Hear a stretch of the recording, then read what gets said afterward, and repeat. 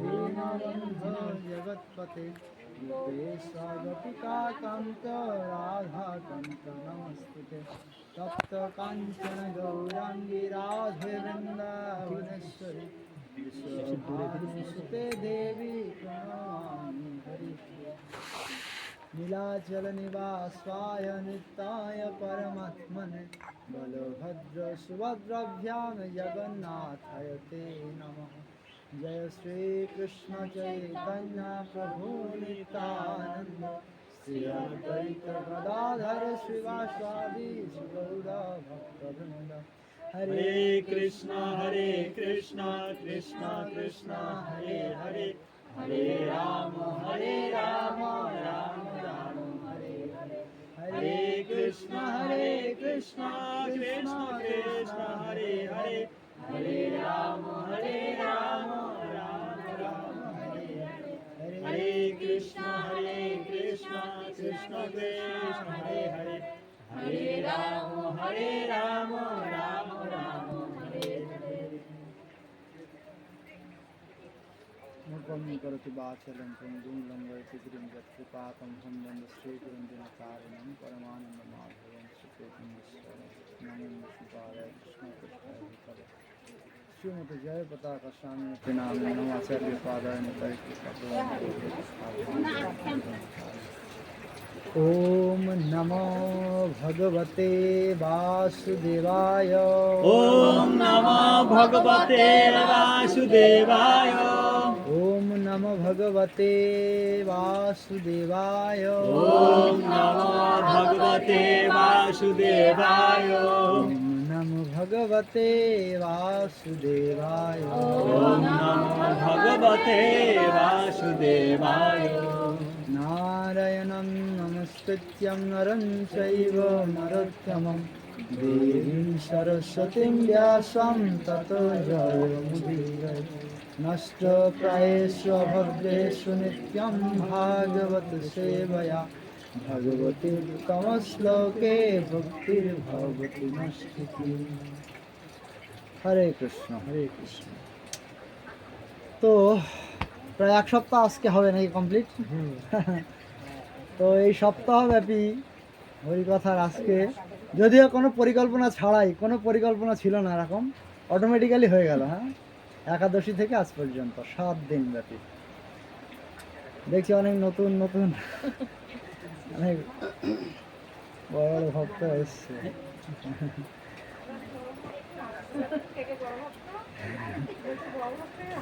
যাই হোক আমরা একে একে বিভিন্ন কথার মধ্য দিয়ে ভাগবতের মহিমা বিভিন্ন কিছু শ্রবণ করে আমরা গত 2 দিন ভাগবতের কি আরাধনার বস্তু, কাকে আরাধনা করব, তাকে আরাধনা করার কি যোগ্যতা, আরাধনা করার ফলে কি লাভ হবে, হ্যাঁ ভাগবতের কি স্বরূপ ইত্যাদি আমরা বর্ণনা করেছি এবং শ্রবণ করেছি। মোটামুটি যতটা বিস্তারিত হয় বা সংক্ষেপে হয় যেভাবে হোক করার চেষ্টা করেছি। গতকাল আমরা কুন্তী দেবীর যে বিশেষ প্রার্থনা শ্রীমদ্ ভাগবতে যে প্রার্থনাকে সবার আগে স্থান দেওয়া হয়েছে তার বিশেষ মহিমা এবং রহস্য আমরা জানার চেষ্টা করেছি। তোমাদের শোনা যাচ্ছে? তো আজকে আমার বাংলাদেশের বাড়ির লোক, আজকে আমরা যে বিষয়টা আলোচনা করব সেটা হচ্ছে শ্রীমদ্ ভাগবতের দ্বিতীয় স্তুতি। ভগবানের সম্পর্কে দ্বিতীয় স্তুতি শ্রীমদ্ ভাগবতে যেটা সেটা হচ্ছে ভীষ্ম স্তুতি। কে করেছেন? ভীষ্মদেব। বৃষ্টি হলে শোনা যাবে তো পিছন অব্দি? দেখুন আমরা কম বেশি সবাই শাস্ত্রগ্রন্থ পড়ি, তাই কি না? গীতা পড়েছেন কে কে? দেখি হাত তুলুন। গীতা কে কে পড়েছেন, শেষ করেছেন? দীক্ষা হয়ে গেছে কার কার ইস্কনে? তারা কম করে 2 বার গীতা পড়েছে। শ্রীমদ্ ভাগবতের প্রথম স্কন্ধে 1 বার পড়েছে, কেউ কেউ ভক্তি রসামৃত সিন্ধুও পড়েছে, ঈশ্বরোপনিষদও পড়েছে, উপদেশামৃতও পড়েছে। কিন্তু এই সমস্ত গ্রন্থ পড়ার পরেও আমাদের কি উপলব্ধি এসছে? হ্যাঁ উপলব্ধি কিছু শেয়ার করতে পারবো না। যদি জিজ্ঞেস করা হয় গীতা পড়ে আপনার কি উপলব্ধি, তারপর পড়েছি কিন্তু কিছু মনে নাই, তাই কি না? তো এই জন্য দেখুন ভাগবতে বা গীতায় সমস্ত রহস্য তো দেয়া আছে, সমস্ত সিদ্ধান্ত তো দেয়া আছে, কিন্তু আমরা পড়ে উপলব্ধি করতে পারি না। কেন? এই জন্য যখন পুরীধামে মহাপ্রভু ছিলেন তখন একজন পণ্ডিত, জাগতিক পণ্ডিত, তিনি কি করেছেন, জগন্নাথ আর মহিমা মহাপ্রভুর মহিমা সূচক একটি কবিতা লিখেছে, লিখে নিয়ে গেছে কোথায় না গম্ভীরাতে। কি করবেন, মহাপ্রভুকে দেখাতে চাই, দেখুন আমি কত কিছু লিখেছি। পাণ্ডিত্য, নিজের পাণ্ডিত্য ভগবানকে দেখানোর জন্য নিয়ে গেছে। নিয়ে যাওয়ার পরে মহাপ্রভুর সেক্রেটারি স্বরূপ দামোদর আর রায় রামানন্দ, বেশিরভাগ স্বরূপ দামোদরকে দেখানো হয়। তো মহাপ্রভুর কাছে কোনো কিছু যাওয়ার আগে সেই জিনিসটা কার কাছে যায়, স্বরূপ দামোদরের কাছে। তিনি যদি স্বীকৃতি দেন যে এটা মহাপ্রভুর কাছে যাওয়ার উপযুক্ত, তাহলে সেটা মহাপ্রভুর কাছে যাবে। যদি না স্বীকৃতি দেন তাহলে সেটা মহাপ্রভুর কাছে যাবে না। তো সেই কবিতাটা স্বরূপ দামোদরের কাছে যখন দেয়া হলো, তো তিনি দেখে তাকে ভর্ৎসনা করলেন। তিনি বিভিন্ন কিছু এমন এমন কথা লিখেছিলেন, এমন লিখেছেন যে জগন্নাথ হচ্ছে অচল বিগ্রহ, এবং কি না তার শরীর আর আত্মা আলাদা বস্তু, আর মহাপ্রভু আলাদা বস্তু, এরকম অনেক কিছু খুব খারাপ খারাপ বিষয় লিখেছিলেন, মায়াবাদীদের মতো। স্বরূপ দামোদর তাকে ভৎসনা করেছেন, করে কি শিক্ষা দিচ্ছেন, যাও ভাগবত পড়ে গিয়া ভাগবতের স্থান একান্ত আশ্রয় করি চৈতন্য চরণে। কেননা এই যে শ্রীমদ্ ভাগবত বা যে কোনো শাস্ত্র, এইটা যদি আমরা নিজেরা পড়ে আমাদের মতো করে তৈরি করে নিতে যাই, বুঝতে চাই, তাহলে গন্ডগোল হয়ে যাবে। কীরকম না, এইখানে আমরা যারাই আছি সবার কম বেশি রান্নার অভিজ্ঞতা আছে নিশ্চয়। ধরুন একই মশলা সবাইকে দিয়ে যদি একই পদ রান্না করতে দেওয়া হয়, বিভিন্ন রকম টেস্ট হবে। আমাকে দেয়া হলো, আমি গিয়ে যে রান্নাটা করব আমার রুচি অনুযায়ী রান্না করব, তাই কি না? কিন্তু কোনো একজন কুশল রাঁধুনি, তাকে যদি সেই একই মশলা দেয়া হয়, সে ওই মশলা দিয়ে এমন কিছু রান্না করবে যা জিভে লেগে থাকবে, তাই কি না? ঠিক তদ্রূপ। কেন না এই উদাহরণটা দেওয়ার উদ্দেশ্য হচ্ছে, এর মধ্যে তো আছে সব, কিন্তু আমাদের যতটা গ্রহণ করার ক্ষমতা, আমাদের যতটা বোধগম্যতা, যতটা বোঝার মতো উপলব্ধি হয়েছে, সেই অনুসারে আমরা তো জিনিস বার করতে পারবো। হ্যাঁ, একই মশলা দিয়ে একজন সাধারণ ব্যক্তি রান্না করবে আর একজন বড় মাপের রাঁধুনি রান্না করবে, যেমন টেস্ট আলাদা, ঠিক তদ্রূপ যার যতটা উপলব্ধি, যার যতটা শাস্ত্রের প্রতি শরণাগতি, যার ভগবানের প্রতি যতটা শরণাগতি, সে সেই রকম উপলব্ধি করে ভাগবত পড়ে। এই জন্য স্বরূপ দামোদর বলছে যে পাণ্ডিত্যে তুমি অনেক কিছু হতে পারো, অনেক গ্রন্থ পড়ে থাকতে পারো, কিন্তু তোমার ভগবান সম্পর্কে যথাযথ উপলব্ধি নেই। কেন নেই? তা তুমি কোনো শুদ্ধ বৈষ্ণবের বা মহাভাগবতের আশ্রয় থেকে এই গ্রন্থ তুমি অধ্যয়ন করো না। তাই তিনি উপদেশ দিচ্ছেন কি, যাও ভাগবত পড়ে গিয়া ভাগবতের স্থানে একান্ত আশ্রয় করি চৈতন্য চরণে। মহাপ্রভুর চরণে সমর্পিত ভাব রেখে, কোনো একজন শুদ্ধ বৈষ্ণবের চরণে মানে আনুগত্য ভাব রেখে যদি কোনো গ্রন্থ অধ্যয়ন করেন, তাহলে কি হবে, আপনি যথাযথভাবে এর মর্ম উপলব্ধি করতে পারবেন, এর থেকে যথাযথ শিক্ষা নিতে পারবেন। তা না হলে বেকার হয়ে যাবে, মাথা খারাপ হয়ে যাবে, বিভ্রান্তিতে পড়ে যাবেন। ঠিক আছে? এই জন্য শাস্ত্রে একটা শ্লোক আছে কি, ধর্মস্য তত্ত্ব নিহিত গুহ্যায়ম। ধর্মের যে শিক্ষা, যে সিদ্ধান্ত, এগুলো কীরকম আছে? মণিরত্ন কোথায় থাকে? মাটির উপর ছড়ানো থাকে? কোথায়? সিন্ধুকে তালাবদ্ধ না, প্রাকৃতিকভাবে সমুদ্রের গভীরে, সমুদ্রের গভীরে থাকে বা পাহাড় পর্বতের ভিতরে থাকে, কোথাও না কোথাও এরকম মাটির তলায় লুকানো থাকে। হ্যাঁ, সেগুলো খনি থেকে আহরণ করতে হয়, সোনা দানা মণিমাণিক্য, তাই না?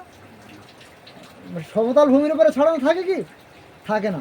যারা উপযুক্ত মানে জানে কোথায় থাকে, কিভাবে উত্তোলন করতে হয়, সংগ্রহ করতে হয়, তারা এইগুলোকে আহরণ করতে পারে, যে কোনো সহজ ব্যক্তি পারবে না। আমাদের কাছে যেমন আমরা যদি রাস্তাঘাটে মানে হাঁটতে যদি হিরে পাই, আমরা কি বুঝবো এটা কি? হ্যাঁ, হিরের যে কাঁচামালের যে রূপ, পাথরের মতোই দেখতে, আমরা যদি সেটা পাই, আমরা পাথর বলে ছুঁড়ে ফেলে দেবো হয়তো তুলে নিয়ে। কিন্তু একজন উপযুক্ত জহুরির হাতে যদি পড়ে, তাহলে তিনি এর মূল্যটা বুঝবেন পড়ার সাথে সাথে, কারণ তিনি জানেন সেই বিষয় সম্পর্কে।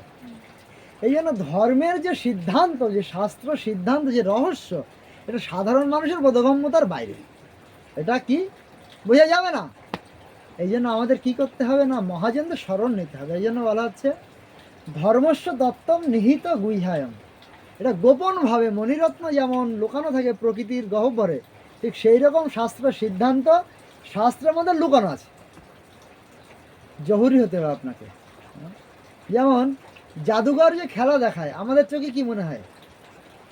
হ্যাঁ, জাদুঘরের খেলা আমাদের চোখে কি মনে হয়? অবাস্তব মনে হয়। সত্যি বলে মনে হয় না?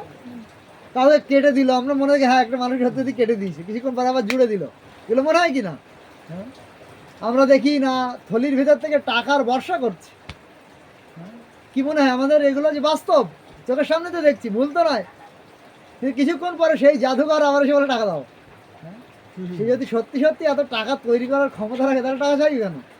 কিন্তু এই সমস্ত রহস্য কে জানে? জাদুঘরের যে চেলা, যে শিষ্য, সেই সমস্ত রহস্য জানে, অন্য কেউ এই রহস্য জানে না। তো এই জন্য আমাদের যদি শাস্ত্রের এই সমস্ত গোপন সিদ্ধান্ত রহস্য যদি জানতে হয়, আমাদেরও বৈষ্ণবের দাস হতে হবে, চেলা হতে হবে তাদের। এই জন্য বলছে মহাজন যেন গতস্য পন্থা। শাস্ত্রের সিদ্ধান্ত যদি জানতে হয় তাহলে যারা মহাজন, যারা ধর্মতত্ত্ব সম্পর্কে সঠিকভাবে জানে তাদের অনুসরণ করো। জাদুঘরে যে চেলা, তা সে কি বিভ্রান্ত হয় জাদুঘরে খেলা দেখে? সে বিভ্রান্ত হয় না, সে জানে যে এগুলো আসলে বাস্তব নয়, নকল, কারসাজি মাত্র। এই জন্য আমরাও যদি এরকম ভগবানের বা শুদ্ধ বৈষ্ণবের চেলা হই, শিষ্যত্ব গ্রহণ করি, দাস হওয়ার চেষ্টা করি, তাহলে এই সমস্ত রহস্য আমাদের সামনে প্রকাশিত হবে, তখন আমরা বিভ্রান্ত হব না। হ্যাঁ, তো ভীষ্ম ইনি এরকম একজন মহাজন। আমাদের কতজন মহাজন আছে? 12 জন। দ্বাদশ মহাজন। স্বয়ম্ভু নারদ শম্ভু কুমার কপিল মনু প্রহ্লাদ জনক ভীষ্ম বৈয়াসুকি বলি আর বয়ম অয়ম। কে কে 12 জন দ্বাদশ মহাজন। মানে এই দ্বাদশ ব্যক্তি সমস্ত ব্রহ্মাণ্ড জুড়ে ভগবানের বাণীকে ব্যাপক হারে প্রচার করেছেন, প্রতিষ্ঠা করেছেন সমস্ত জায়গায়। কে কে? স্বয়ম্ভু ব্রহ্মা, নারদ, নারদ মুনি, শম্ভু মানে শিব, প্রহ্লাদ মহারাজ, জনক রাজা, প্রহ্লাদ জনক, ভীষ্ম, ভীষ্ম পিতামহ, তিনি একজন মহাজন, দ্বাদশ মহাজনের একজন। হ্যাঁ, প্রহ্লাদ জনক ভীষ্ম হচ্ছে কুমার, চতুর্কুমার, সনক সনাতন সনন্দন সনত কুমার, চতুর্কুমার, কুমার কপিল দেব। হ্যাঁ, কোন কপিল? না, যিনি দেবাহুতির পুত্র কপিল দেব, ভগবান কপিল দেব, যিনি সাংখ্য দর্শনের প্রণেতা কপিল দেব। আর মনু মহারাজ, স্বয়ম্ভুব মনু, এই মন্বন্তরের মনুকে স্বয়ম্ভুব মনু ইনি। আর বলি মহারাজ, বৈয়াসকি মানে সুখদেব, আর হচ্ছে ধর্মরাজ যম মহারাজ। এই 12 জন হচ্ছে ধর্মতত্ত্ব যথাযথভাবে জানেন। এই 12 জন যেমনভাবে ধর্মকে শিক্ষা দিয়েছেন সেভাবেই আমাদের ধর্মতত্ত্ব গ্রহণ করা উচিত। এর মধ্যে একজন মহান আচার্যকে ভীষ্মদেব, যার স্তুতি, তিনি ভগবান সম্পর্কে কি কি স্তব স্তুতি করেছেন আমরা আজকে কিছুটা জানার চেষ্টা করব। বিস্তারিত জানার চেষ্টা করলে একটা শ্লোকে 2 ঘন্টায় শেষ হওয়ার কথা। ঠিক আছে, আমরা কিছুটা চর্চা করার চেষ্টা করব যতটা যাওয়া যায়। আমি মানে একটা রূপরেখা দেওয়ার চেষ্টা করব, মানে কি রকম বিষয়টা আছে এখানে। বিষ্ণুদেব 11টা শ্লোকের মাধ্যমে ভগবানের স্তুতি করেছে। কটা? কুন্তী দেবী কটা শ্লোক বলেছিলেন? 26টা। ভীষ্মদেব কটা বলেছেন? 11টা। তো গতকাল আমরা যেখানে ছেড়েছিলাম, কোথায় ছেড়েছিলাম? কুন্তী দেবী প্রার্থনা করছেন যে যে সমস্ত বিপদ বারবার আমার মাথার উপরে এসেছে, যে সমস্ত বিপদ আমার কাছে আসার ফলে আমি তোমাকে কাছে পেয়েছি, সেই সমস্ত বিপদ বারবার আমার মাথার উপরে ফিরে আসুক, যাতে বিপদ আসলে আমি তোমাকে প্রার্থনা করতে পারি, তুমি আমাকে ছেড়ে না চলে যাও। বিপদের সময় তুমি ছিলে, আর এখন যখন আমি শশাকর পৃথিবীর একমাত্র সম্রাট রূপে যুধিষ্ঠির মহারাজ সিংহাসনে বসবে, যখন কোনো শত্রু নেই, সমস্ত শত্রুকে মারা হয়ে গেছে, তুমি আমাদের ছেড়ে চলে যাচ্ছ। বিপদ থাকলেই ভগবান থাকে। তো আমি সেই সমস্ত বিপদ বারবার ফিরে চাই, আমাকে সেই সমস্ত বিপদ বারবার তুমি দাও। এই প্রার্থনা যখন করলো তখন কৃষ্ণ কি করলেন? যে ঠিক আছে পিসিমা, দ্বারকা যাওয়া ক্যান্সেল, আমি আরো কদিন তোমার সঙ্গে থাকবো হরি বল। বলে আবার মহলে ফিরে গেলেন। এইভাবে বেশ কিছুদিন খুব আনন্দে কাটলো। কোথায়? ইন্দ্রপ্রস্থে। যুধিষ্ঠির মহারাজ রাজা, হ্যাঁ, আর বাকি 4 পাণ্ডব তার বিভিন্ন রাজকাজে সহযোগিতা করে। হ্যাঁ, কুন্তী মহারানী রাজমাতা এইভাবে আছে, দ্রৌপদী রাজরানী। তো কিছুদিন পরে দেখা গেল সবাই ঘুমোচ্ছে, আর রাত 12টার সময় উঠে যুধিষ্ঠির মহারাজ কাঁদছে। ভগবান কৃষ্ণ গেছে, কি দাদা কি হয়েছে, কাঁদছো কেন? তোমার তো এখন সুখের সময়, তোমার কোনো শত্রু নাই, হ্যাঁ, সমগ্র পৃথিবী তুমি একমাত্র সম্রাট, তুমি যা করবে তাই হবে, এমন কেউ নেই যে তোমার রাজকার্যে বাধা সৃষ্টি করবে, হ্যাঁ, তুমি কেন কাঁদছো? তখন তিনি বর্ণনা করছেন, যে দশা অর্জুনের যুদ্ধের আগে হয়েছিল সেই দশা এখন আমার হয়েছে। কি হয়েছে না, যুদ্ধের আগে অর্জুন দুঃখ করছিল, এই সমস্ত আত্মীয় স্বজনদের মেরে এই রাজ্য ভোগ আমি করতে চাই না, এদের মেরে আমি স্বর্গেও যেতে চাই না।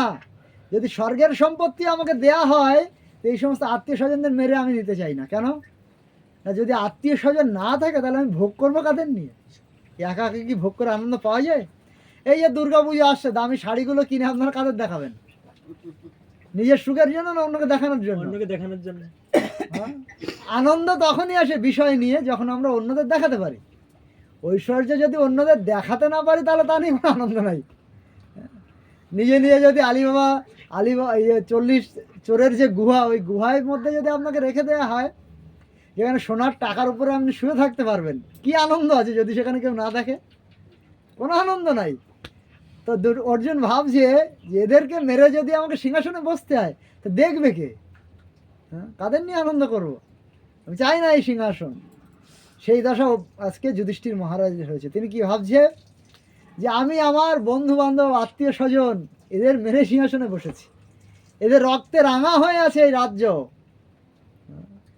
আমার জন্য কত মায়ের কোল খালি হয়ে গেছে, কত স্ত্রীর সিঁদুর মুছে গেছে। হ্যাঁ, আমি ঘুমোতে পারি না রাত্রে, চোখ বন্ধ করলে তাদের চিৎকার ক্রন্দন ধ্বনি আমার কানে ভেসে ওঠে। হ্যাঁ, তা আমি দুঃখে কষ্টে ঘুমোতে পারছি না রাত্রে। ভগবান বোঝানোর চেষ্টা করলেন বেশ কিছুক্ষণ ধরে, হ্যাঁ, কিন্তু যুধিষ্ঠির মহারাজ বুঝতে চাইল না, বুঝতে পারছে না, তার সান্ত্বনা হচ্ছে না। তাই কী করলেন, এদিকে ভীষ্মদেব যে 9 দিনের দিন, কুরুক্ষেত্র যুদ্ধে 9 দিনের দিন যিনি সরসজ্জা গ্রহণ করেছিলেন, তো তিনি 54 দিন পর্যন্ত এভাবে শুয়ে আছে। কতদিন? 54 দিন তিনি স্বরের এতগুলো স্বর তার শরীরকে ভেদ করেছে যে তিনি স্বরের উপরে শুয়ে আছেন। 54 দিন অপেক্ষা করছেন, কেননা কখন উত্তরায়ণ আসবে, উত্তরায়ণে যদি কেউ দেহত্যাগ করে তাহলে তার ঊর্ধ্বগতি হয়। ঠিক আছে, অপেক্ষা করছেন। আর এখানে ভগবান যখন যুধিষ্ঠির মহারাজকে বোঝাতে চাইলেন, হ্যাঁ, যে দুঃখ কষ্টের নিবৃত্তির কারণ যখন বোঝাতে চাইলেন, যুধিষ্ঠির মহারাজ বুঝতে চাইলেন না, তখন কি করলেন না, সবাইকে রাজ বেশে সাজালেন। হ্যাঁ, যুধিষ্ঠিরকে রাজার মতো সাজিয়েছেন, হ্যাঁ, পঞ্চ পাণ্ডবকে সবাইকে রাজার মতো সাজিয়েছেন, কুন্তী মহারানীকে দ্রৌপদীকে রাজার মতো সাজিয়েছেন। কেননা ভীষ্ম পিতামহ চেয়েছিলেন, যখন যুদ্ধের শুরুতে যুধিষ্ঠির মহারাজ ভীষ্মদেবকে প্রণাম করতে গেছিলেন, তখন তিনি বর দিয়েছিলেন কি বিজয়ী ভব, তোমরা জয়লাভ করো। কেন উনি চেয়েছিলেন যে যাদের প্রকৃত রাজ্য তারা যেন ফিরে পায়। পঞ্চ পাণ্ডবের বাবাকে পাণ্ডু মহারাজ, তিনি প্রকৃত রাজা ছিলেন, আপৎকালীন অবস্থারূপে ধৃতরাষ্ট্রকে বসানো হয়েছিল। তিনি চেয়েছিলেন যে পাণ্ডবদের যে রাজ সিংহাসন তারা যেন ফিরে পায়, তো মনে মনে চাইতেন। এই জন্য ভগবান কি করলেন, যে পঞ্চ পাণ্ডবকে একদম রাজার মতো সাজিয়েছে, যেন পিতামহ ভীষ্ম দেখে খুশি হন। সবাই সোনার সিংহাসনে রথে করে যুদ্ধক্ষেত্রে চলে গেছে, সবাই প্রণাম জানিয়েছে কাকে? পিতামহকে। আর পিতামহ যে সবাইকে অভ্যর্থনা করবে সেই সুযোগ তার নাই। তিনি কি করলেন, বাণীর দ্বারা সবাইকে স্বাগত জানালেন। হ্যাঁ, আমাদের গৃহে অনেক সময় অতিথিরা আসে, অতিথি আসলে কি করা উচিত? কি করা উচিত? ঘরের দরজা লক করে বসে থাকবো? যদি ভিক্ষা দিতে হয়, যদি এমন কোনো বৈষ্ণব এসে যাকে ভিক্ষা দিতে হবে, দরজা লক করে বসে থাকবো নাকি? না। পরীক্ষিত মহারাজ যখন জঙ্গলে শ্রমিক মুনির আশ্রমে গেছিলেন, তখন কি ঘটেছিল সেখানে? তিনি জল চেয়েছিলেন, তাকে কেউ জল দেয়নি। আর মুনি কি করছিলেন? ঋষি সেখানে ধ্যান করছিলেন, তপস্যা করছিলেন। এখানে শিল প্রভুপাদ তাৎপর্য এমন লিখেছে, যদি কেউ আমাদের গৃহে কোনো সময় আসে, তাকে কি প্রথমে মিষ্টি কথার দ্বারা স্বাগত জানানো উচিত। মধুর ভাষণ, মধুর বক্তব্যের দ্বারা তাকে স্বাগত জানানো উচিত। হ্যাঁ, হরে কৃষ্ণ, প্রণাম, আসুন, কেমন আছেন, কোথা থেকে আসছেন। তারপর তাকে বসতে আসন দেওয়া উচিত, আসুন বসুন। যদি আপনার তেমন ব্যবস্থা থাকে তাহলে তাকে কিছু প্রসাদ দেওয়া উচিত। হ্যাঁ, এইভাবে আমাদের কি অতিথিদের সৎকার করা উচিত, তাদের সম্ভাষণ করা উচিত। আমাদের শাস্ত্রে কি বলা হয়েছে? অতিথি দেব ভব, অতিথি দেবতা, ভগবানের স্বরূপ, তাকে সৎকার করা উচিত, অভ্যর্থনা জানানো উচিত। হ্যাঁ, তা পিতামহ ভীষ্ম, তার তো সেই সামর্থ্য নেই যে উঠে গিয়ে সবাইকে চেয়ার দেবে, বসার জায়গা দিবে, খেতে দেবে। তিনি কি করলেন? নিজের বাণীর দ্বারা সবাইকে স্বাগত জানালেন, আসো আসো, আমার কত সৌভাগ্য, তোমরা সবাই এসেছো আমার শেষের দিনে। আর মাথা তুলে দেখছে কি, সবার পিছনে শ্যাম সুন্দর কৃষ্ণ দাঁড়িয়ে আছে। ভগবান তাকে প্রণাম জানালেন। হ্যাঁ, হে বাসুদেব, তুমি এসেছো, আমি তোমার জন্য অপেক্ষা করে বসে আছি এতদিন, কবে তুমি আসবে, তোমাকে দেখতে দেখতে। এরপরের শ্লোকগুলোতে আসবে। ভগবানও তাকে প্রণাম জানালেন। যদিও কৃষ্ণচন্দ্র ভগবান, কিন্তু কি রূপে লীলা করছেন?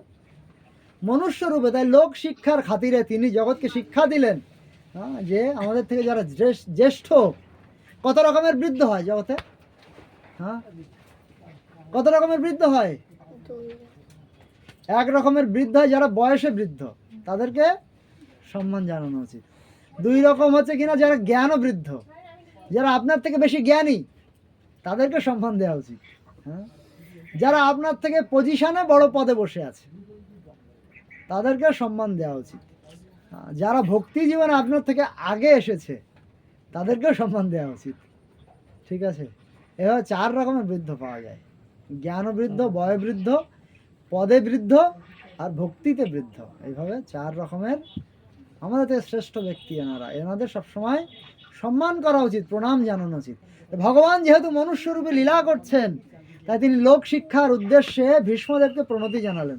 ভগবান কেন কাউকে প্রণতি জানাবে, তাই কি না?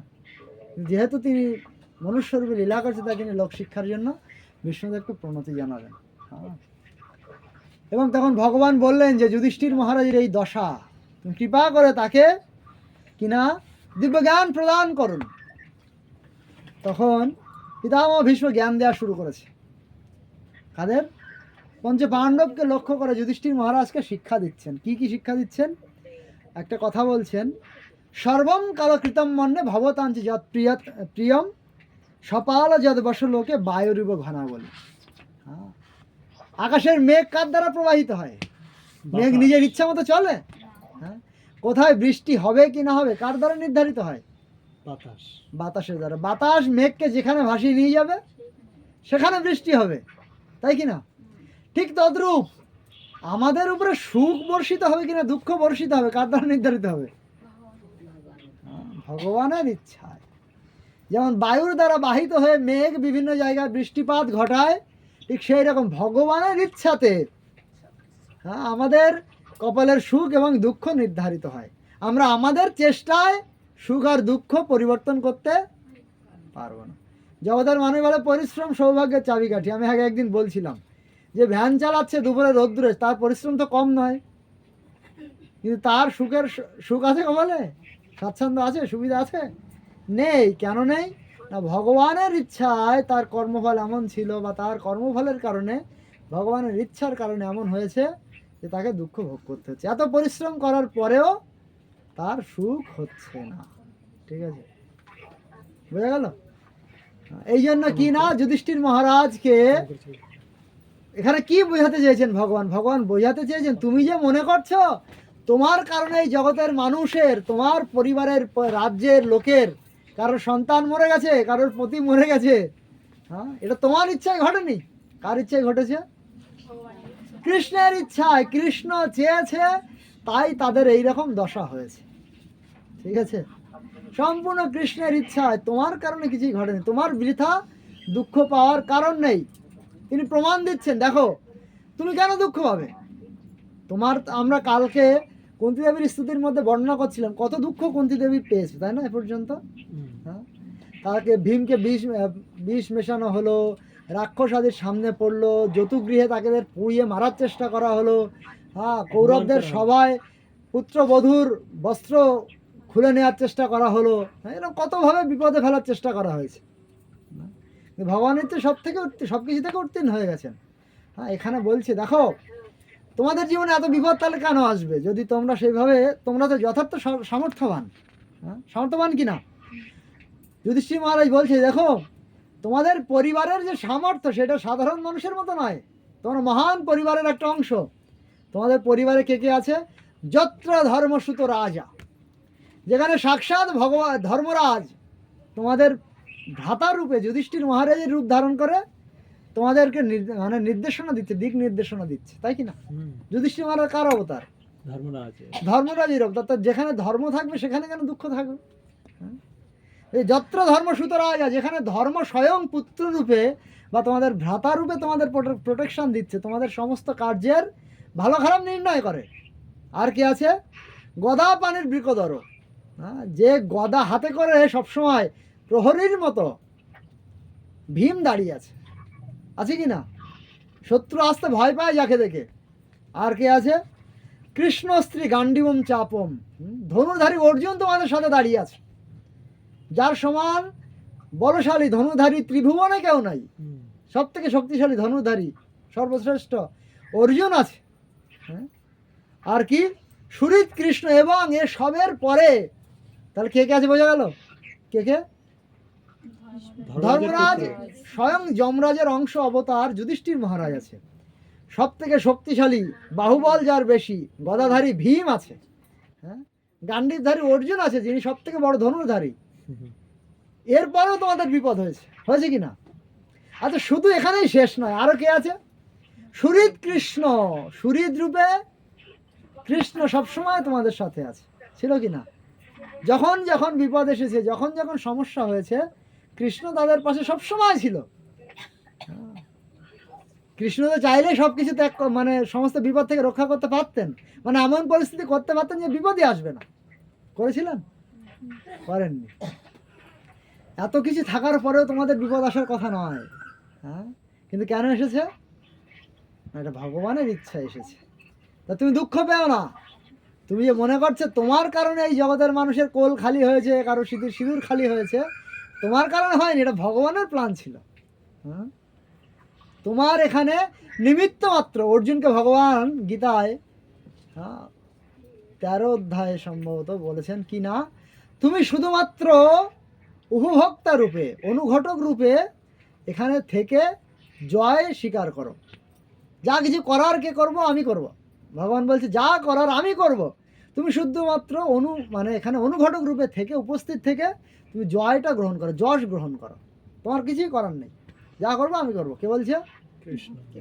এখানেও যুধিষ্ঠির মহারাজকে পিতামহ ভীষ্ম সেই শিক্ষা দিচ্ছেন কি, যে সবই ভগবানের ইচ্ছা হয়েছে, তোমরা শুধুমাত্র উপলক্ষ, তোমাদেরকে শুধু সামনে রেখে করা হয়েছে। কেন ভগবানের এই জগতে আবির্ভাবের কটা কারণ আছে? কটা কারণ? ভক্তদের রক্ষা, ধর্মকে 3টি কারণ। পরিত্রাণায় সাধুনম, বিনাশায় চ দুষ্কৃতম, আর ধর্ম সংস্থাপনার্থায় সম্ভবামি। ভগবান 3টি কারণ, সাধারণত 3টি কারণের জন্য আসে, এছাড়া ভগবানের অনেক অনেক কারণ আছে। হ্যাঁ, চৈতন্য মহাপ্রভু কটা কারণ এসেছিলেন? 6খানা কারণের জন্য মহাপ্রভু এসেছিলেন। কি কি কারণ বলে দেবো একটু? টপিকটা আলাদা হয়ে যাবে। 6খানা কারণে মহাপ্রভু এসেছিলেন। কি না, মহাপ্রভু এর সংস্কৃত বাংলা পয়ার ছন্দ আছে সুন্দর সুন্দর, আমি এমনি গদ্য সাধারণ কথায় বলে দিই। কি আছে না, ভগবান কৃষ্ণ ভগবান হয়েও 3টি বিষয় জানতে পারেনি। প্রথমত কি জানতে পারেনি? রাধারানীর প্রেম কেমন, রাধারানী কৃষ্ণকে কতটা ভালোবাসে। যে ভালোবাসে সেই জানে কতটা ভালোবাসে। যাকে ভালোবাসা হয় সে কি জানে? যাকে ভালোবাসা হয় সে কতটা ভালোবাসে জানে না বলেই ছেড়ে চলে যায়, তাই না? এই জন্য গোপীরা কত ভালোবাসে কৃষ্ণ সেটা জানে না বলে গোপীদের ছেড়ে চলে গেছে। এই জন্য ভগবান জানতে চেয়েছিলেন। একবার রুক্মিণী দেবী বলছে যে আমি জানি, রাধারানী জানে, ব্রজের গোপীরা জানে, তুমি জানো না। ভগবান বলছে আমি ভগবান হয়ে জানি না এমন কিছু আছে জগতে? হ্যাঁ আছে। কি সেটা আমি জানি, রাধারানী জানো, আর গোপীরা জানো, তুমি জানো না। ভগবান বললেন ঠিক আছে, এটা জানার জন্য আমি পরবর্তীতে আবার গৌরসুন্দর হওয়ার অনেকগুলো কারণ, তার মধ্যে 6টা প্রধান কারণ। 6টা কারণের মধ্যে 3টে মুখ্য, 3টে গৌণ। কি কি আছে? এক হচ্ছে, এটা হচ্ছে মুখ্য কারণ, কি রাধারানীর প্রেম কেমন, রাধারানী কতটা ভালোবাসে কৃষ্ণকে, ঠিক আছে। আর কি রাধারানী কৃষ্ণকে ভালোবেসে কি সুখ পায়, ভালোবেসে সুখ পাওয়া যায়? আপনারা এই যে ভগবানকে সেবা করেন, ভালোবাসেন কি না? ভালো না বাসলে সেবা করতে ইচ্ছা হবে?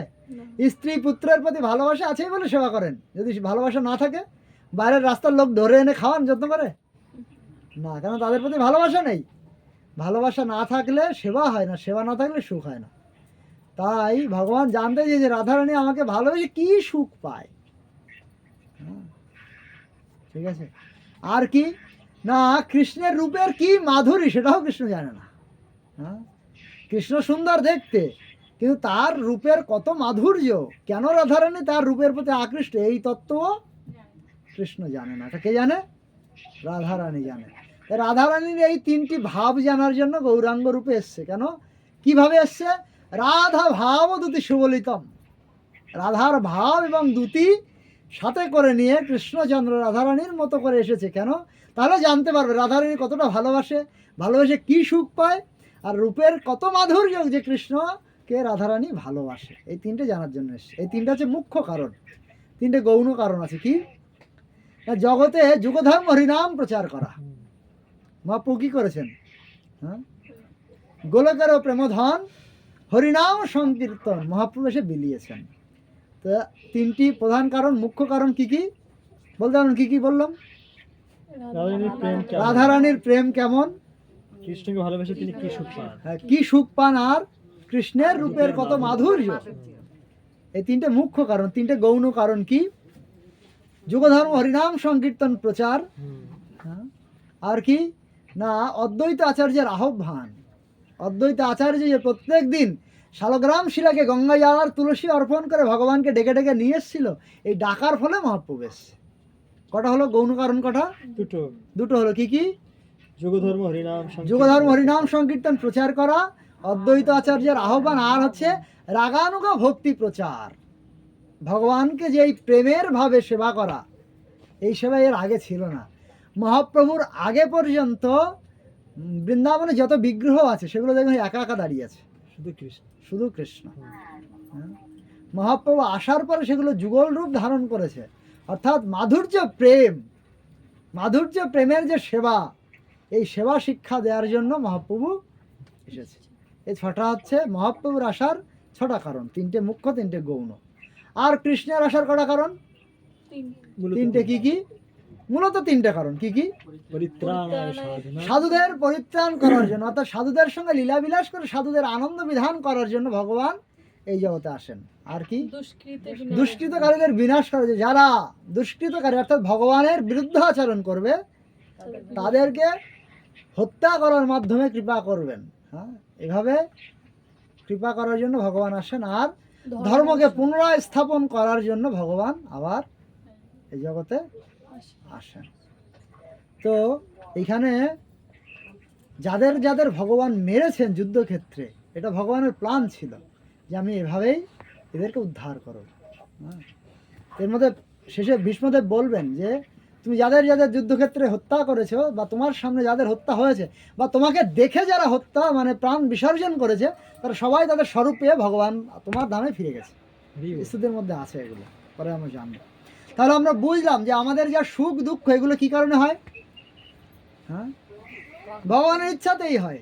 হ্যাঁ, আমাদের কর্মফলটা তার থেকে আলাদা নয়। যেমন কি না, গীতাতে একটা শ্লোক বলা হয়েছে, কি না ভগবান নিজের ঐশ্বর্য বিভূতি প্রকাশ করার সময় 10ম অধ্যায়ে বলছেন যে আমি প্রত্যেকটা জীবের মধ্যে পরমাত্মা রূপে অবস্থান থেকে আমি অনুমোদন করি কার ভাগ্যে কি হবে। বোঝা গেল? আপনি কিছু চাইছেন যে আমার 5তলা বাড়ি হোক, এটা হবে কি হবে না কে নির্ধারণ করবে? ভগবান। আপনি যতই চেষ্টা করুন, যদি ভগবান অনুমোদন না করে হবে না। ঠিক আছে, 1000 চেষ্টা করুন, যদি ভগবান অনুমোদন না করে হবে না। আবার বিধি বা ব্রহ্মা কোনো একটা কিছু আপনার জন্য লিখে রেখেছে, কিন্তু সেটা যদি ভগবান অনুমোদন না করে সেটাও হবে না। বোঝা গেল? তাহলে কি হবে কি না হবে অনুমোদন কে করবে? ভগবান। হ্যাঁ, কিন্তু আমাদের কর্মফল অনুসারে ব্রহ্মা বিধান লিখবে আর সেটার অনুমোদন কে করবে? ভগবান। বোঝা গেল? যেমন কোর্টের উকিলরা বিভিন্ন রায় চায় জজ সাহেবের কাছে, এই রকম রায় দিলে ভালো, এই দিলে ভালো, এই অপরাধ করেছে এই ধারায় শাস্তি দিন, এই ধারায় শাস্তি দিন, কিন্তু শাস্তি কে দিবে? বিচারক। বিচারক। সেরকম ভগবান পরমাত্মা রূপে আমাদের হৃদয়ে অবস্থান করছেন, তিনি কি করবেন? অনুমোদন করবেন যে এইটা ঠিক, তাহলে সেইটা হবে। বোঝা গেল? তাহলে এই সমস্ত কিছু সুখ দুঃখ সব ভগবানের ইচ্ছাতে হচ্ছে। হে যুধিষ্ঠির, তুমি দুঃখ করো না, তোমার দুঃখ করার কোনো কারণ নেই, তুমি শুধুমাত্র উপলক্ষ, ভগবান তোমাকে সামনে রেখে এই সমস্ত ঘটনাগুলো ঘটিয়েছেন। তারপরে আরও অনেক অনেক শিক্ষা দিলেন। কি কি দিলেন? হ্যাঁ, রাজধর্ম, দান ধর্ম, হ্যাঁ, রাজার কি ধর্ম, কিভাবে দান করতে হয়, কোন পাত্রে দান করতে হয়, ইত্যাদি ইত্যাদি অনেক অনেক বিদ্যা শিক্ষা দিলেন। দেওয়ার পরে তখন ভীষ্মদেব মনে করছে যে এবার অনেকক্ষণ হয়ে গেছে, এবার আমার প্রাণ ত্যাগ করা উচিত, ভগবানের ধামে ফিরে যাওয়ার উচিত আমার। তিনি তখন ভগবানের কাছে প্রার্থনা করছেন। হ্যাঁ, অল্প কিছু সময় ভগবানের কাছে 11টা শ্লোকের মাধ্যমে স্তুতি নিবেদন করে, প্রার্থনা নিবেদন করে ভীষ্মদেব কি করেছেন? দেহ ত্যাগ করে ভগবানের কাছে ফিরে গেছেন। যখন শিল প্রভুপাদ আমাদের একটা বিশেষ শিক্ষা দিয়ে গেছেন। কি তাহলে শোনা যাচ্ছে? শিল প্রভুপাদ যখন দেহ ত্যাগ করেছিলেন তখন সবাই ভীষ্মদেবের প্রাণ আর হরিদাস ঠাকুরের প্রাণ সম্পর্কে আলোচনা করছিলেন। হরিদাস ঠাকুর যখন দেহ ত্যাগ করেছিলেন কি চেয়েছিলেন মহাপ্রভুর কাছে? যে আমি তোমার চরণ দুটো আমার হৃদয় ধারণ করতে চাই, আমার মুখ দিয়ে তোমার রূপমাধুরী দর্শন করতে চাই, আর আমার জিহ্বায় তোমার কৃষ্ণ চৈতন্য নাম উচ্চারণ করে করে আমি আমার দেহ ত্যাগ করতে চাই। প্রভুপাদ এভাবে ত্যাগ করেছিলেন। ভগবান প্রভুপাদের দেহ ত্যাগ করার সময় উপস্থিত ছিলেন কি রূপে? নাম রূপে। নাম আর কৃষ্ণ অভিন্ন। যেই নাম সেই কৃষ্ণ ভজনিষ্ঠা করি, তাই না? অভিন্ন। তো এরকম প্রার্থনা করা হচ্ছিল, বিচার করা হচ্ছিল যে প্রভুপাদের দেহত্যাগ করার সময় ভীষ্মদেব যেমন দেহত্যাগ করেছেন, যত গৌরবময় দেহত্যাগ, এই জন্য প্রভুপাদ বলেছেন কি? সাধন করো, ভজন করো, মুহূর্তে জানলে হয়। সারা জীবন আমি কিভাবে জীবনটা কাটাচ্ছি সেইটা জীবনের উদ্দেশ্য নয়, সেইটা জীবনের সফলতা নয়। জীবনের সফলতা কি? কিভাবে দেহত্যাগ করছি। কেন দেহত্যাগ করার পরে, দেহত্যাগ করার উপরেই নির্ধারিত হবে যে আমার পরবর্তী গন্তব্য কি হবে। যে যথামাং প্রবদ্ধম তাম, না সরি এটা নয়, অন্তকালে চ মামে বা স্মরণ মুক্ত কলেবরম যা প্রয়াতি সমদ ভাবম জাতি নাস্তত্র সংশয়। মৃত্যুর সময় যে যে ভাব নিয়ে, যে চিন্তা করতে করতে দেহত্যাগ করবে সেই রকম গতি তার হবে। জম জম ভাবে স্মরণ ভাবম তেজন্তন্তে কলেবরম তম তমে বইতি কুন্তেও সদা তদ ভাব ভাবিত। যদি কেউ দেহত্যাগ করার সময় আমার চিন্তা করতে করতে দেহত্যাগ করে তাহলে কি হবে? আমার ধামে যাবে। যদি চিন্তা করে পুকুরে একটা বড় কাতলা মাছ আছে 5 কিলো ওজনের, তেল হয়ে গেছে গায়ে, ওইটা না খেয়ে আমি মরে যাচ্ছি, ওইটা কি করে খাবো, এই চিন্তা করতে করতে যদি দেহত্যাগ করে কি হবে? কাতলা মাছ। কাতলা মাছ হবে। বা ওইটা যে ভোগ করার ইচ্ছা ছিল, খাওয়ার ইচ্ছা ছিল, সেই রকম মাছ খাওয়ার কোনো একটা উপযুক্ত দেহ ভগবান দান করে। যাও তুমি কুমির হও, কুমির হয়ে মাছ খাও, ধরে ধরে, টাকা দিয়ে কিনতে হবে না, জাল দিয়ে ধরতে হবে না, রান্না করার কোনো ব্যাপার নেই। হ্যাঁ, হা করে ধরো আর খাও। বোঝা গেল? যদি চিন্তা হয় যে পাশের বাড়ি কাকিমার মুরগি ঘরের মধ্যে 2.5 কিলো ওজনের একটা মোরগ আছে, ডাক শুনে আমার প্রত্যেকদিন সকালে ঘুম ভাঙে, এইটা আমার খাওয়ার ইচ্ছা ছিল, এইটা আমি খেতে পারিনি, হ্যাঁ, তাহলে এইরকম একটা খাওয়ার উপযুক্ত দেহ আপনাকে ভগবান প্রদান করবেন। হ্যাঁ, বাঘ হবেন, শিয়াল হবেন, ঠ্যাং ধরে টেনে নিয়ে চলে যাবেন, চুরি করে, টাকা দিয়ে কিনে খেতে হবে না, রান্না করারও প্রয়োজন হবে না, ভগবান এত দয়ালু। ঠিক আছে? এই জন্য আমরা যে সারা জীবন সাধন ভজন করছি, উদ্দেশ্য কি? হ্যাঁ, মৃত্যুর সময় যেন আমাদের চেতনাটা এরকম থাকে যে আমরা কৃষ্ণর চিন্তা করতে করতে দেহত্যাগ করতে পারি। হ্যাঁ, মৃত্যুর সময় যদি অন্য চিন্তা করি তাহলে সেই রকম একটা দেহ পাবো। হ্যাঁ, লাভ হবে? হ্যাঁ, ধরুন আপনার মাছ খাওয়াতে খুব ভালো লাগে, বক বানিয়ে দিল ভগবান, সারাদিন উড়ে উড়ে ঘুরে বেড়াবেন লোকের পুকুর থেকে, লোকে টাকা দিয়ে ছেড়ে রেখেছে, সেগুলো ধরে ধরে খাবেন, টাকা খরচ করার কোনো প্রয়োজন নাই। কত আনন্দ না? হ্যাঁ, ধর কুকুর হয়ে জন্মগ্রহণ করলাম, হ্যাঁ, টাকা পয়সা আয় করার কোনো ব্যাপার নেই, খাওয়ার কোনো চিন্তা নেই, যেখানে যাবো খাবার পেয়ে যাবো, কত আনন্দ না? নয়, ভক্তরা এটা চায় না। ভক্তরা কি চায় না, ভগবানের ধামে গিয়ে তার দিব্য সেবা করে দিব্য আনন্দ লাভ করতে চায়। এই জন্য আমাদের সারা জীবনের অভ্যাস করার চেষ্টা করতে হবে কি, মৃত্যুর সময় যেন কৃষ্ণ কথা স্মরণ হয়। এই জন্য সম্রাট কুলশেখরের একটা প্রার্থনা বলছিলাম আগে, প্রথম দিন মনে হয় না, কি বলছে বলে যাচ্ছি শ্লোকটা, যদি প্রার্থনা করছেন মৃত্যুর সময় যদি কফবাত পিত্তের দ্বারা আমার কণ্ঠ অবরুদ্ধ হয়ে যায়, আমি যদি তোমার কাছে স্মরণ করতে না পারি, তার থেকে ভালোই সুস্থ থাকতে থাকতে আমার দেহ ত্যাগ হয়ে যাক। কেন? এখন কফ পিত্ত বায়ুর দ্বারা সাধারণত দেখবেন যারা বয়স হয়ে মারা যায় তাদের কি হয়, গলাটা ঘড় ঘড় করে, কথা বেরোয় না গলা থেকে, হ্যাঁ, নিজের চেনা ছেলে মেয়েকেও পর্যন্ত চিনতে পারে না, চেতনা খারাপ হয়ে যায়, নষ্ট হয়ে যায়।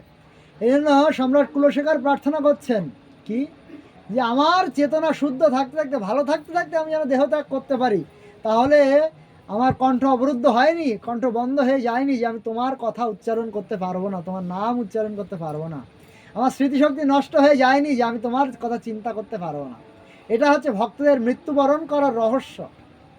এরকম মৃত্যুবরণ করা উচিত প্রত্যেকটা ভক্তের। এটা হচ্ছে মৃত্যুবরণ করার গৌরব, এটা হচ্ছে ভক্তদের জীবনের গৌরব। মৃত্যুবরণ কিভাবে করছে, ঠিক আছে? তো ভীষ্মদেব এখন মনে করছেন কি না, আমার দেহ ত্যাগ করা উচিত। তিনি ভগবানের কাছে প্রার্থনা করছেন, সদেব দেব ভগবান প্রতীক্ষতাম, হে ভগবান কৃষ্ণ, আমি এখন দেহ ত্যাগ করতে চাই। তো দেহ ত্যাগ আমি এমনি এমনি করবো না, আমি যেহেতু 54 দিন অপেক্ষা করেছি তোমার দর্শন করতে গেলে দেহ ত্যাগ করব, আর তুমি আমার সামনেই আছো, এর থেকে সর্বশ্রেষ্ঠ সময় আমার জীবনে আর আসবে না। তো তোমার কাছে আমার প্রার্থনা, তুমি আমার সামনে দাঁড়িয়ে থাকো, তুমি আমার সামনে দাঁড়িয়ে থাকো, তোমার রূপমাধুরী দর্শন করতে করতে আমি কি করব, প্রাণ বিসর্জন দেব। কলেবরম যাবদিদম হীনম্যহম, কলেবরম ইদম মানে এই শরীর যতক্ষণ পর্যন্ত না ত্যাগ করছি ততক্ষণ পর্যন্ত, তাবৎ ভবান প্রতীক্ষতাম, ততক্ষণ পর্যন্ত তুমি আমার সামনে অপেক্ষা করো। এখন যখনই এই প্রার্থনাটা করেছে তখন ভগবানের মুখটা চিন্তায় ভরে গেছে। কেন চিন্তার কি কারণ? ভগবানের চিন্তা করার কোনো কারণ আছে? চিন্তা করছে, কি চিন্তা করছে? ভীষ্মদেবের হচ্ছে ইচ্ছা মৃত্যু, তাই না? হ্যাঁ, এখন ধরুন ভগবান প্রার্থনা করছে যে আমার, হরে কৃষ্ণ, কারণ এসছে, একটু সবাই এগিয়ে এগিয়ে আসুন, সবাই একটু এগিয়ে এগিয়ে বসুন, সবাই বসতে পারবে। আমি তো তোমাদের আর দেখতে পাচ্ছি না। ঠিক আছে, শোনা যাচ্ছে? তোমরা শুনতে পাচ্ছ?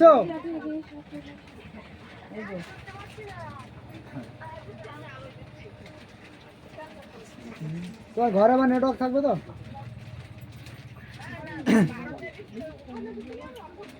রক্তিম যে মুন্ডন হয়েছে দেখছি। ঠিক আছে, এখন হরে কৃষ্ণ হরে কৃষ্ণ কৃষ্ণ কৃষ্ণ হরে হরে, হরে রাম রাম রাম হরে হরে। বারান্দাটা আজকে ফুল হয়ে গেছে। তাহলে ভগবান কি প্রার্থনা করেছে প্রথমে? তুমি আমার সামনে দাঁড়াও, আমি তোমার মুখে, হ্যাঁ, তোমার মুখটাকে পদ্মফুল আর আমার চোখ দুটো ভ্রমর, ভ্রমর কোথায় আকৃষ্ট হয়? পদ্মফুলের উপরে। আমার এই নয়নরূপ ভ্রমর যেন তোমার মুখ পদ্মের উপরে পরিপূর্ণ রূপে মনোনিবেশ করে দেহ ত্যাগ করতে পারে, আমি এইভাবে আমার দেহ ত্যাগ করতে চাই। এইভাবে আমি আমার দেহ ত্যাগ করতে চাই। আমি যতক্ষণ পর্যন্ত আমার দেহ ত্যাগ করবো ততক্ষণ তুমি আমার সামনে দাঁড়িয়ে থাকবে। এই কথা বলার সঙ্গে সঙ্গে ভগবানের মুখটা চিন্তায় ভরে গেছে। কেন? ভীষ্মদেবের হচ্ছে ইচ্ছা মৃত্যু। তিনি যদি ইচ্ছা না করেন যে মরবো না, ততক্ষণ তার মৃত্যু হবে না। এখন যুধিষ্ঠির ভীষ্মদেব কি বলেছে? যতক্ষণ না দেহ ত্যাগ করবো ততক্ষণ দাঁড়িয়ে থাকতে হবে। এখন ভীষ্ম যদি এখন না মরে, আমি কি 1 মাস 2 মাস 6 মাস যতক্ষণ না মরে ততক্ষণ দাঁড়িয়ে থাকবো? সম্ভব? আমার তো পরিবার আছে, হ্যাঁ, আমাকে তো শাসন করতে হবে, রাজ্য আছে। এই চিন্তায় ভীষ্মদেবের মুখটা চিন্তায় ভার হয়ে গেছে। তখন ভীষ্মদেব বলছে কি, প্রসন্ন হাসান অরুণোল্লাস। আমি তোমার এই বাংলার পাঁচের মতো বাঁকা মুখ দেখতে চাই না। হ্যাঁ? প্রসন্ন হাসি থাকতে হবে তোমার মুখে। হ্যাঁ? সূর্যের প্রথম কিরণ যেমন দীপ্তিমান একটা লাল আভা থাকে, তখন মন মন ভালোই যেন সব দেখলে ওই সময়টা যারা মঙ্গল আরতির জন্য ওঠে তাদের উপলব্ধি আছে। ভোরের পরিবেশ কত সুন্দর, সবার মন উৎফুল্ল থাকে। মন বলছে এইরকম উৎফুল্লময় একটা তোমার মুখের ছবি আমি দেখতে চাই, যে মুখে প্রসন্ন হাসি থাকবে। এরকম চিন্তাময় কপাল ভাঁজ পড়া চেহারা আমি দেখতে চাই না। কিনা মুখাম ভয় ধ্যান পতস চতুর্ভুজম, আর এইরকম হাসিময় প্রফুল্ল বদন দেখে সেই বদনের সেই মুখের ধ্যান করতে করতে আমি দেহ ত্যাগ করতে চাই। আমি বেশি দেরি করবো না, বেশি দেরি করবো না। তখন ভগবান এমন একটা মধুর হাসি দিয়েছেন, সেই হাসিতে ভুবন ভোলানো হাসিতে ভীষ্মদেবের শরীরের সমস্ত ব্যথা সব চলে গেছে। তখন তিনি খুশিতে, মনের খুশিতে ভগবানের সামনে দেহ ত্যাগ করবো, এমনি এমনি দেহ ত্যাগ করবো না, কি করলেন? তখন স্তুতি করতে শুরু করলেন। 11টা শ্লোকে স্তুতি করছেন ভগবানের। কটা? 11টা শ্লোক। তো এই শ্লোকের খুব সুন্দর ছন্দ আছে, ঠিক আছে? কীর্তন যদি করা হয় খুব সুন্দর ছন্দ আছে, আমি কীর্তন করতে চাইছি না। হ্যাঁ, কারণ এটা অন্য একটা তাল, খুব কঠিন। তো এই ছন্দটার নাম দেওয়া হয়েছে, দেখুন সারাদিন ধরে পূজা অর্চনা করা হয়, শেষে কি হয়? পুষ্পাঞ্জলি হয়, তাই না? শেষে আমরা পূজা শেষ করি কি দিয়ে? পুষ্পাঞ্জলি দিয়ে। তো ভীষ্মদেব এতক্ষণ ভগবানের দর্শন করেছে, বিভিন্ন কথা আদি সব বলেছে, মনের দ্বারা পূজা অর্চনা করেছে, করে এখন তিনি ভাবছেন যে আমার দেহ এবার আমি ত্যাগ করব, তা শেষে আমার অবশ্যই পুষ্পাঞ্জলি দেওয়া উচিত। কিন্তু তিনি তো সরসজ্জায় শায়িত আছেন, তার পক্ষে এখন পুষ্প তুলে আনা সম্ভব নয়। তাই এই যে ছন্দে তিনি কীর্তন বা স্তুতি নিবেদন করেছেন তার নাম হচ্ছে পুষ্পতাগ্রা ছন্দ। মানে ছন্দটাকেই ফুল রূপে তিনি নিবেদন করেছেন। পুষ্পতাগ্রা, পুষ্প অগ্র, এরকম একটা সংস্কৃতের একটা ছন্দের নাম। এই ছন্দের মাধ্যমে তিনি ভীষ্মদেব ভগবানের কাছে স্তুতি নিবেদন করেছেন। ঠিক আছে, কি বলছেন? শ্রী ভীষ্ম উবাচ, একটা শ্লোক বলবেন আপনারা সবাই? হ্যাঁ, অবশ্যই অবশ্যই।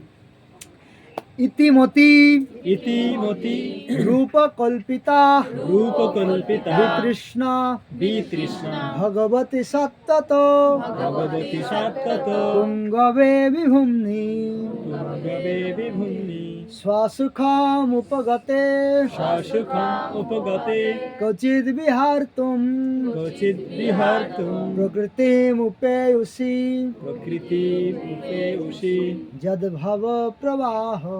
যদ্ভব প্রবাহ। এটা এরকম আছে, ইতিমতি রূপকল্পিতা বিতৃষ্ণা ভগবতী সত্তত পুঙ্গবে বিভুম্নি। এরকম সুন্দর ছন্দ আছে, ঠিক আছে? তো এই শ্লোকে ভীষ্মদেব যে স্তুতি শুরু করেছেন, এখন আমরা ইতি কোথায় লিখি? বই কারো কাছে নেই, বাড়ি গিয়ে দেখে নেবেন। শেষে ইতি কোথায় লেখা? চিঠির লাস্টে যে কোনো কিছুর শেষে লেখা। এখানে কি দিয়ে শুরু হচ্ছে? শুরুতে। ইতিমতি রূপকল্পিত বিতৃষ্ণা। আমরা শেষে লিখি ইতি তোমার প্রিয় ছাত্র, ভাই, প্রিয় পুত্র ইত্যাদি, তাই না? ইতি দিয়ে শেষ করা হয়। সংস্কৃত অথ দিয়ে শুরু হয়, যেমন অথপুম্বে দ্বিজস্রষ্টা বর্ণাশ্রম বিভাগ, অথবই কবে বিদু, এরকম অথ দিয়ে শুরু হয়। মানে অতএব সিদ্ধান্ত টানতে গেলে কি দিয়ে শুরু হয়? অতএব দিয়ে সিদ্ধান্ত শুরু হয়। সংস্কৃতে প্রায় কোনো কিছু শুরু করলে অথ দিয়ে শুরু হয়, কিন্তু এখানে কি দিয়ে শুরু হচ্ছে? ইতি। ইতি মানে শেষ। ভীষ্মদেব ইতি দ্বারা বোঝাতে চাইছেন যে ভগবান আমি আর বেশি দেরি করব না, এই যে কথাগুলো আমি এখন বলবো এই কথাগুলোই আমার জীবনের শেষ কথা, আর বেশি লম্বা আমি করব না। আর এই কথাগুলো শেষ কথা কেন? আর যেহেতু আমি তোমার মুখপদ্ম দর্শন করতে করতে দেহ ত্যাগ করব, তাই ভগবানের রূপ দর্শন করতে করতে দেহ ত্যাগ করলে পুনরায় আর জন্মগ্রহণ করার কোনো প্রশ্ন নেই।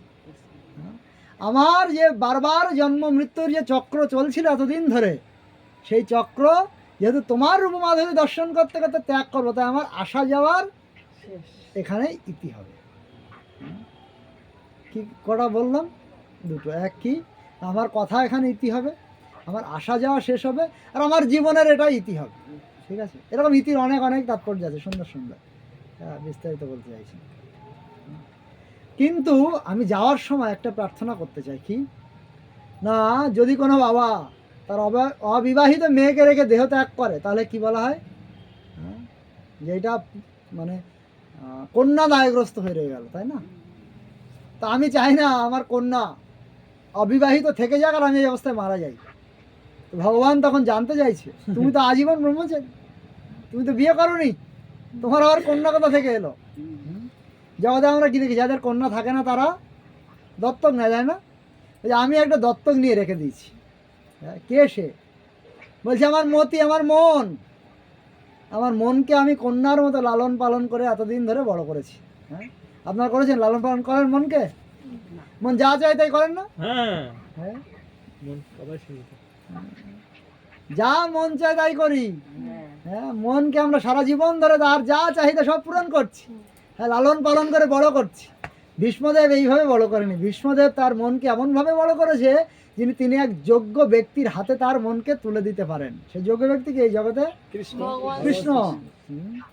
শ্রেষ্ঠ বর। আমরা আমাদের মেয়েকে কার হাতে তুলে দিই? ভালো জামাই।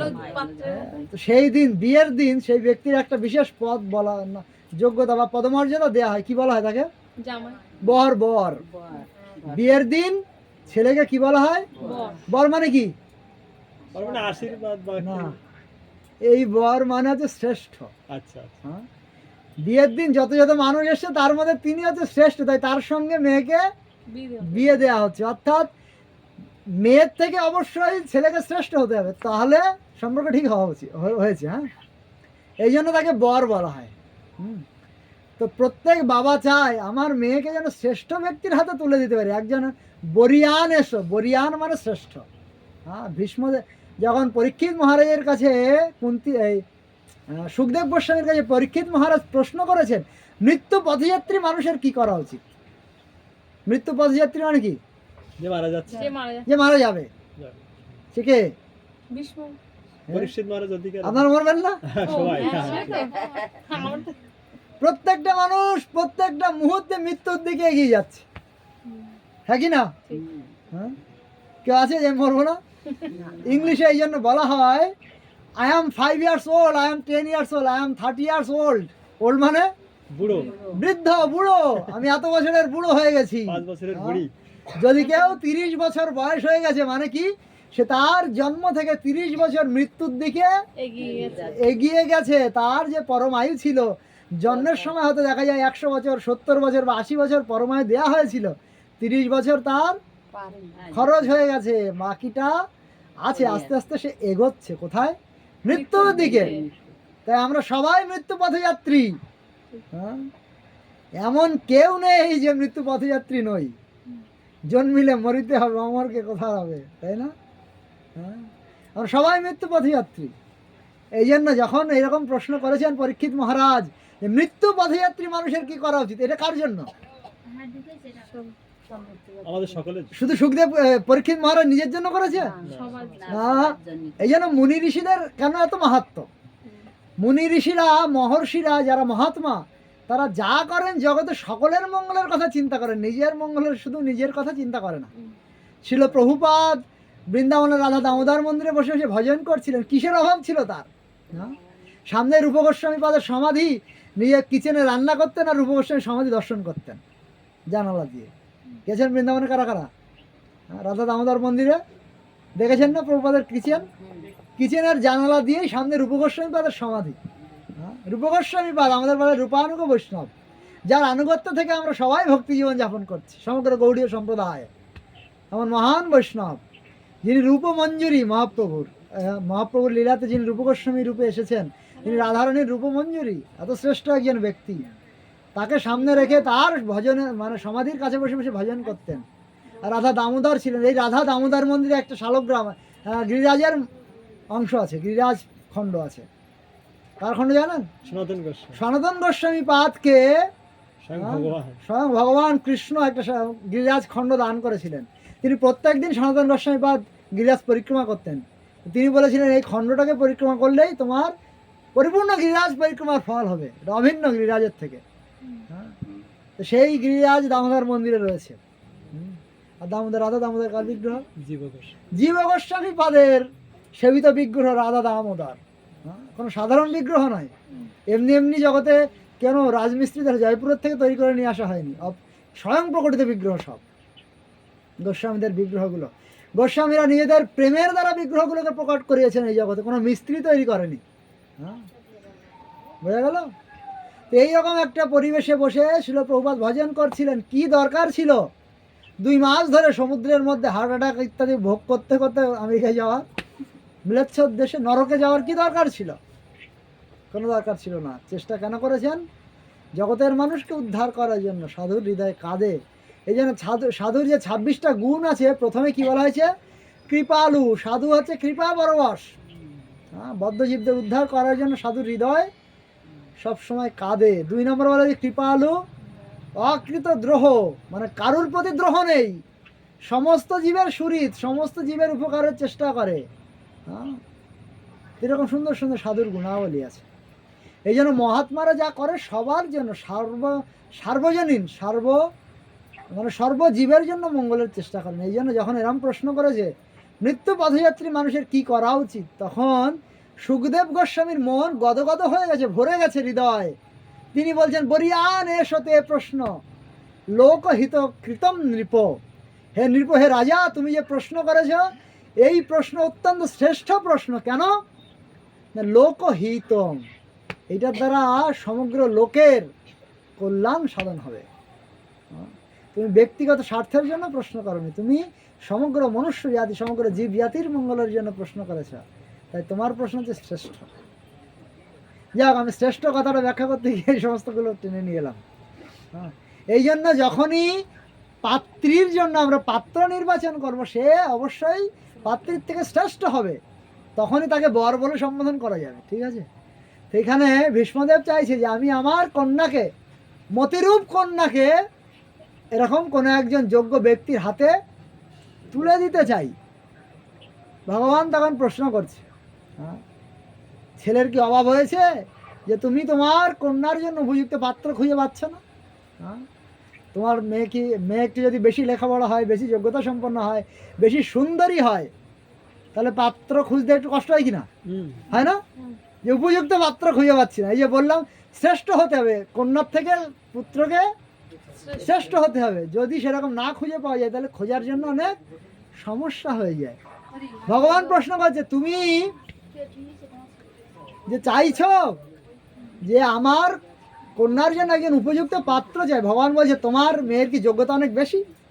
হ্যাঁ, বলছে হ্যাঁ, আমার যে কন্যা, মতিরূপ যে কন্যা, তার অনেক যোগ্যতা আছে। কি যোগ্যতা? হ্যাঁ, বিতৃষ্ণা। কি বলেছে? বিতৃষ্ণা। এই যে দেখুন, ইতিমতি রূপ কল্পিতা বিতৃষ্ণা। আমার কন্যার একটি বিশেষ গুণ আছে। কন্যাকে মন বা মতি, বুদ্ধি, এর একটা বিশেষ গুণ আছে। কি? বিতৃষ্ণা। বিতৃষ্ণা মানে বিগত তৃষ্ণা। এখানে প্রভুপাদ দেখেন কি লিখেছেন, বিতৃষ্ণা সমস্ত ইন্দ্রিয় সুখ বাসনা থেকে মুক্ত। বিগত তৃষ্ণা যার, বলছে আমার মনের সমস্ত জাগতিক বিষয় ভোগ করার যে ইচ্ছা ছিল, সব থেকে মুক্ত আমার মন। বোঝা গেল? হ্যাঁ, আমাদের বারবার আমি এই এতদিন ধরে কথা হয়েছে, এর মধ্যে বিভিন্ন সময় বিভিন্ন প্রসঙ্গের দ্বারা উঠে এসেছে, আমাদেরকে জাগতিক আসক্তি থেকে মুক্ত হতে হবে। হয়ে কি করতে হবে? আসক্তি কৃষ্ণের প্রতি লাগাতে হবে, তাই কি না? এটা হচ্ছে প্রকৃত বৈরাগ্য। হ্যাঁ, এইখানে বলছে আমার মনের, আমার মন রূপ কন্যার একটি বিশেষ যোগ্যতা হচ্ছে সে জাগতিক বিষয় থেকে সম্পূর্ণরূপে বিরক্ত। এর থেকে বড় যোগ্যতা ভক্তদের আর কিছু আছে নাকি? কেউ যখনই জগতের বিষয়কে ছাড়তে পারবে, তখনই সে কৃষ্ণকে ধরতে পারবে। পা, আমরা যখন হাঁটি 2 পা শূন্য থাকে না, বা একটা পা আমরা মাটি থেকে কখনো তুলি, কখন তুলি? যখন আরেকটা পা ভালোভাবে মাটিতে থাকে। হ্যাঁ, যদি একটা পা ভালোভাবে মাটিতে না থাকে, আরেকটা পা যদি তোলা হয়, কি হবে? পড়ে যাবে। এই জন্য জগতের বিষয় যদি আপনি ভালোভাবে ত্যাগ করতে না পারবেন, তাহলে কৃষ্ণকে ধরতে পারবেন না। আর কৃষ্ণকে যদি ভালোভাবে না ধরতে পারেন, তাহলে জগৎকেও ভালোভাবে ছাড়তে পারবেন না। হ্যাঁ, এই জন্য ভীষ্মদেব বলছে আমি যে আমার কন্যার জন্য উপযুক্ত পাত্র খুঁজছি, তার সব থেকে বড় কারণ হচ্ছে আমার মতিরূপ কন্যা হচ্ছে বিগত তৃষ্ণা, সমস্ত জড় বিষয় বাসনা থেকে মুক্ত। হ্যাঁ? এই জন্য আমি এর উপযুক্ত পাত্র খুঁজে পাচ্ছি না, যাকে তাকে আমি আমার মনকে সমর্পণ করতে পারছি না। তো আচার্যরা এই বিতৃষ্ণার কয়েকটা দিয়েছেন, দুটো প্রধান। একটা বললাম বিগত তৃষ্ণা, আরেকটা কি বিশেষ তৃষ্ণা। বিশেষ তৃষ্ণাটা কি? জগতের বিষয় থেকে বৈরাগ্য অবলম্বন করে কৃষ্ণকে বিশেষভাবে আসক্তি হওয়াটার নাম হচ্ছে বিশেষ তৃষ্ণা। তৃষ্ণা মানে কি? পাওয়ার ইচ্ছা। আমাদের যে তৃষ্ণা হয়, জল তৃষ্ণা হয়, হ্যাঁ, মানুষের বিভিন্ন তৃষ্ণা হয়। কয়েকটা তৃষ্ণা বলবো। অবশ্যই। ধন সম্পত্তির প্রতি তৃষ্ণা হয়, হয় না? যে আরো বেশি করে ধন সম্পত্তি পেতে চাই। হ্যাঁ? ধন সম্পত্তির থেকে আরো প্রবল হচ্ছে পুত্তৃষ্ণা, মানে পুত্র পাওয়ার ইচ্ছা। এই জন্য পুত্র পাওয়ার জন্য যাদের সন্তান হয় না তারা কত জায়গায় মানসিক করে, হ্যাঁ, আমার একটা সন্তান দিয়ে দাও, তোমাকে এই দেবো ওই দেবো। ডাক্তারের পিছনে কত খরচ করে, কেন? পুত্র চাই। তো পুত্র পাওয়ার জন্য যদি অনেক ধন সম্পত্তি নষ্ট করতে হয় সেটাও রাজি। কেন না? ধন সম্পত্তির যে তৃষ্ণা তার থেকে পুত্র পাওয়ার তৃষ্ণাটা আরো বেশি প্রবল। আচ্ছা, এর থেকে আরো প্রবল আছে লোক তৃষ্ণা। লোক তৃষ্ণা মানে সম্মান পাওয়ার ইচ্ছা। এমন অনেক বাবা দেখবেন যাদের ছেলেমেয়েরা উৎপাত করলে সেই ছেলেকে ঘর থেকে বার করে দেয়, দূর হতো, ওর জন্য আমার সমস্ত সম্মান নষ্ট হয়ে যাচ্ছে, লোকের সামনে মুখ দেখাতে পারছি না। হ্যাঁ, তাহলে সম্পত্তির তৃষ্ণা এর থেকে শ্রেষ্ঠ হচ্ছে পুত্র সন্তান পাওয়ার। তার থেকে বেশি আরো প্রবল তৃষ্ণা কি? সম্মান পাওয়ার, জাগতিক প্রতিপত্তি, লাভ, যশ ইত্যাদি পাওয়ার তৃষ্ণা আরো প্রবল। আর এই সব থেকে উৎকৃষ্ট উন্নত তৃষ্ণা কি?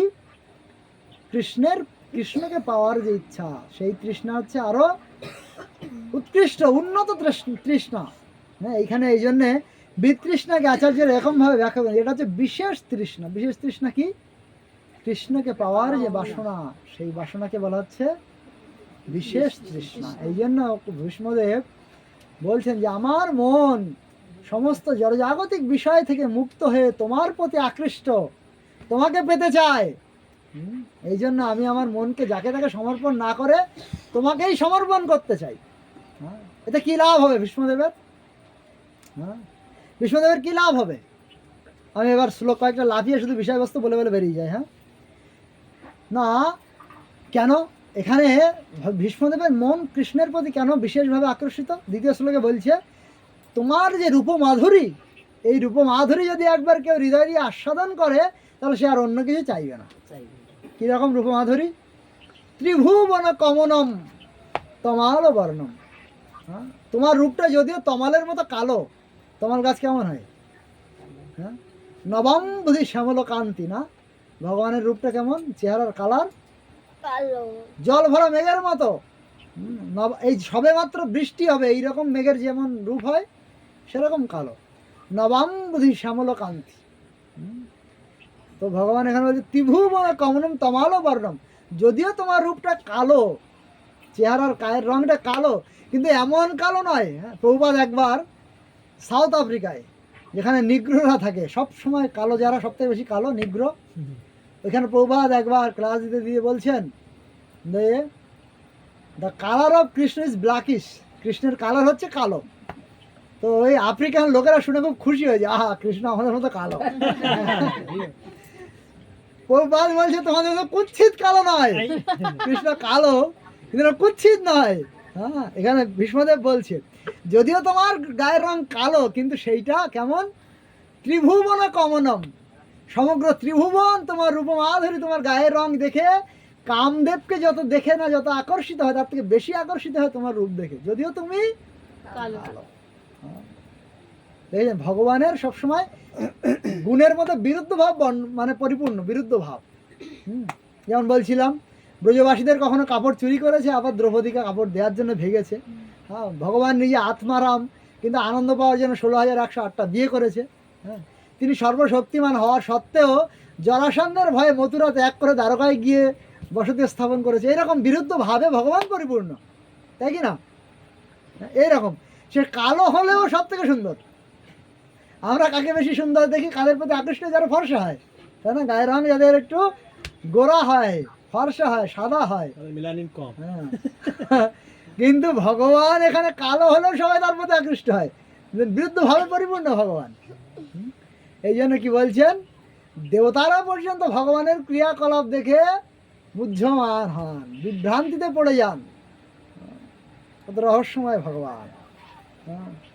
আর কি, তোমার শরীরে রবি করো গৌরব বরম বরম দাদা হানে, তোমার শরীরে সূর্যের দীপ্তিময়, মানে প্রথম সূর্য যখন ওঠে সেই সময় যে মানে রক্তবর্ণনা, রক্তের আরেকটু পরে যখন সূর্য আরেকটু ওঠে, হলুদ একটা আভাময় আলো বেরোয় সূর্যের, যে আলোতে বসলে আমরা ভিটামিন ডি পাই, সেই আলোটা কেমন হয়, হলুদ হলুদ হলুদ বর্ণের হয় না? ওই যে হলুদ বর্ণের কাপড় পরিহিত তোমার যে শরীর, তোমার যে রূপ মাধুরী। হ্যাঁ। আর কি, তুমি যখন কৃষ্ণ রূপে, সারথি রূপে অর্জুনের রথের সামনে বসেছিলে, তোমার যে রূপ মাধুরী সৌন্দর্য আমি দর্শন করেছিলাম, এই রূপ দর্শন করার পরে আমার মন আর অন্য কিছু চায় না, তোমাকেই চায়। আর কি কি দর্শন করেছিল রূপের মধ্যে? দেখুন, ভগবান আমাদেরকে বিভিন্নভাবে আকর্ষিত করে। শেষের দিকে আছে এই শ্লোকটা, কি আছে? হ্যাঁ, তখন তিনি দেখুন রাসলীলার কথা পর্যন্ত ভীষ্মদেব সরস্বজ্জায় শুয়ে শুয়ে চিন্তা করছিলেন। হ্যাঁ, 40 নম্বর শ্লোকে আছে, ললিত গতি বিলাস বলুক হাস প্রণয় নিরীক্ষণ কল্পিত রোমানা। ভগবানের প্রতি আমরা বিভিন্নভাবে আকর্ষিত হই। কিরকম বর্ণনা করছে দেখুন, কিরকম কিরকম ভাবে আকর্ষিত হয়। দেখুন, ভগবান যখন হেঁটে যায় তার চলার ভঙ্গি দেখে মানুষ আকর্ষিত হয়। এখানে বলছে ললিত গতি বিলাস বলুক হাস। হ্যাঁ, হংস, রাজ হংস যেমন দীপ্তিময়, হ্যাঁ, দুলে দুলে হাঁটে, ভগবানের হাঁটাটা এরকম। কেমন? চলনাম মধুরম গমনাম মধুরম। হ্যাঁ, ভগবানের চলাটা, হাঁটাটা কেমন মধুর, এবং সেটা দেখেও কেউ প্রেমে পড়ে যায় অনেক ব্যক্তি। যেমন বলছিলাম, দণ্ডকারণ্যের ঋষিরা ভগবানের হাঁটা চলা দেখে তার উপরে প্রেমে পড়ে গেছিল। এখানে বলছে তোমার প্রতি, হ্যাঁ, ব্রজ গোপীরা প্রেমে পড়েছিল কেমন, তোমার চলা দেখে প্রেমে পড়েছে। আচ্ছা, পিছন দিক দিয়ে ধরুন ভগবান হেঁটে যাচ্ছে, আপনি পিছন দিক দিয়ে দেখলেন, চাল দেখে আপনি প্রেমে নাও পড়তে পারেন, ঠিক আছে, কিন্তু ভগবান ছাড়ার পাত্র নয়। তখন ভগবান কি করবে? তখন কি করেছে, এমন একভাবে তাকাবে, হ্যাঁ, তীক্ষ্ণ দৃষ্টি দিয়ে তীরের মতো আপনার হৃদয়কে বিদ্ধ করে দেবে। হ্যাঁ, যদি হাঁটা দেখে আপনি না প্রেমে পড়েন, তার তাকানোতে অবশ্যই প্রেমে পড়বে। কি বলছে ভীষ্মদেব বলছে। আর কি, যদি তাকানোতেও যদি প্রেমে না পড়েন, শেষ আরেকটা অস্ত্র আছে, কি, এই যে হাসি, মধুর হাসি। যদি কেউ একবার ভগবানের ভুবন ভোলানো হাসি কেউ একবার যদি দেখেছে, এই জন্য ভক্তিবিনোদ ঠাকুর একটা ভজনে লিখছেন, বন্ধু সঙ্গে যদি তব রঙ্গ পরিহাস থাকে অভিলাষ থাকে অভিলাষ। যদি তুমি বন্ধু বান্ধব নিয়ে ভোগ বিলাসে হাসি ঠাট্টা করে জীবন কাটাতে চাও, তাহলে তুমি কখনো বৃন্দাবনে যাবে না। কি বলছে, বন্ধু সঙ্গে যদি তব রঙ্গ পরিহাস, যদি তোমার বন্ধু বান্ধবের সঙ্গে হাসি ঠাট্টা করে ভোগ বিলাস করে জীবন কাটানোর ইচ্ছা থাকে, থাকে অভিলাষ থাকে অভিলাষ, তবে মোর কথা রেখো। কে বলছে? ভক্তিবিনোদ ঠাকুর। তবে আমার কথা শোনো। কি কথা? তবে মোর কথা রাখো, যেও না কো যেও না কো। তুমি যেও না, কোথায়? বৃন্দাবনে যাবে না।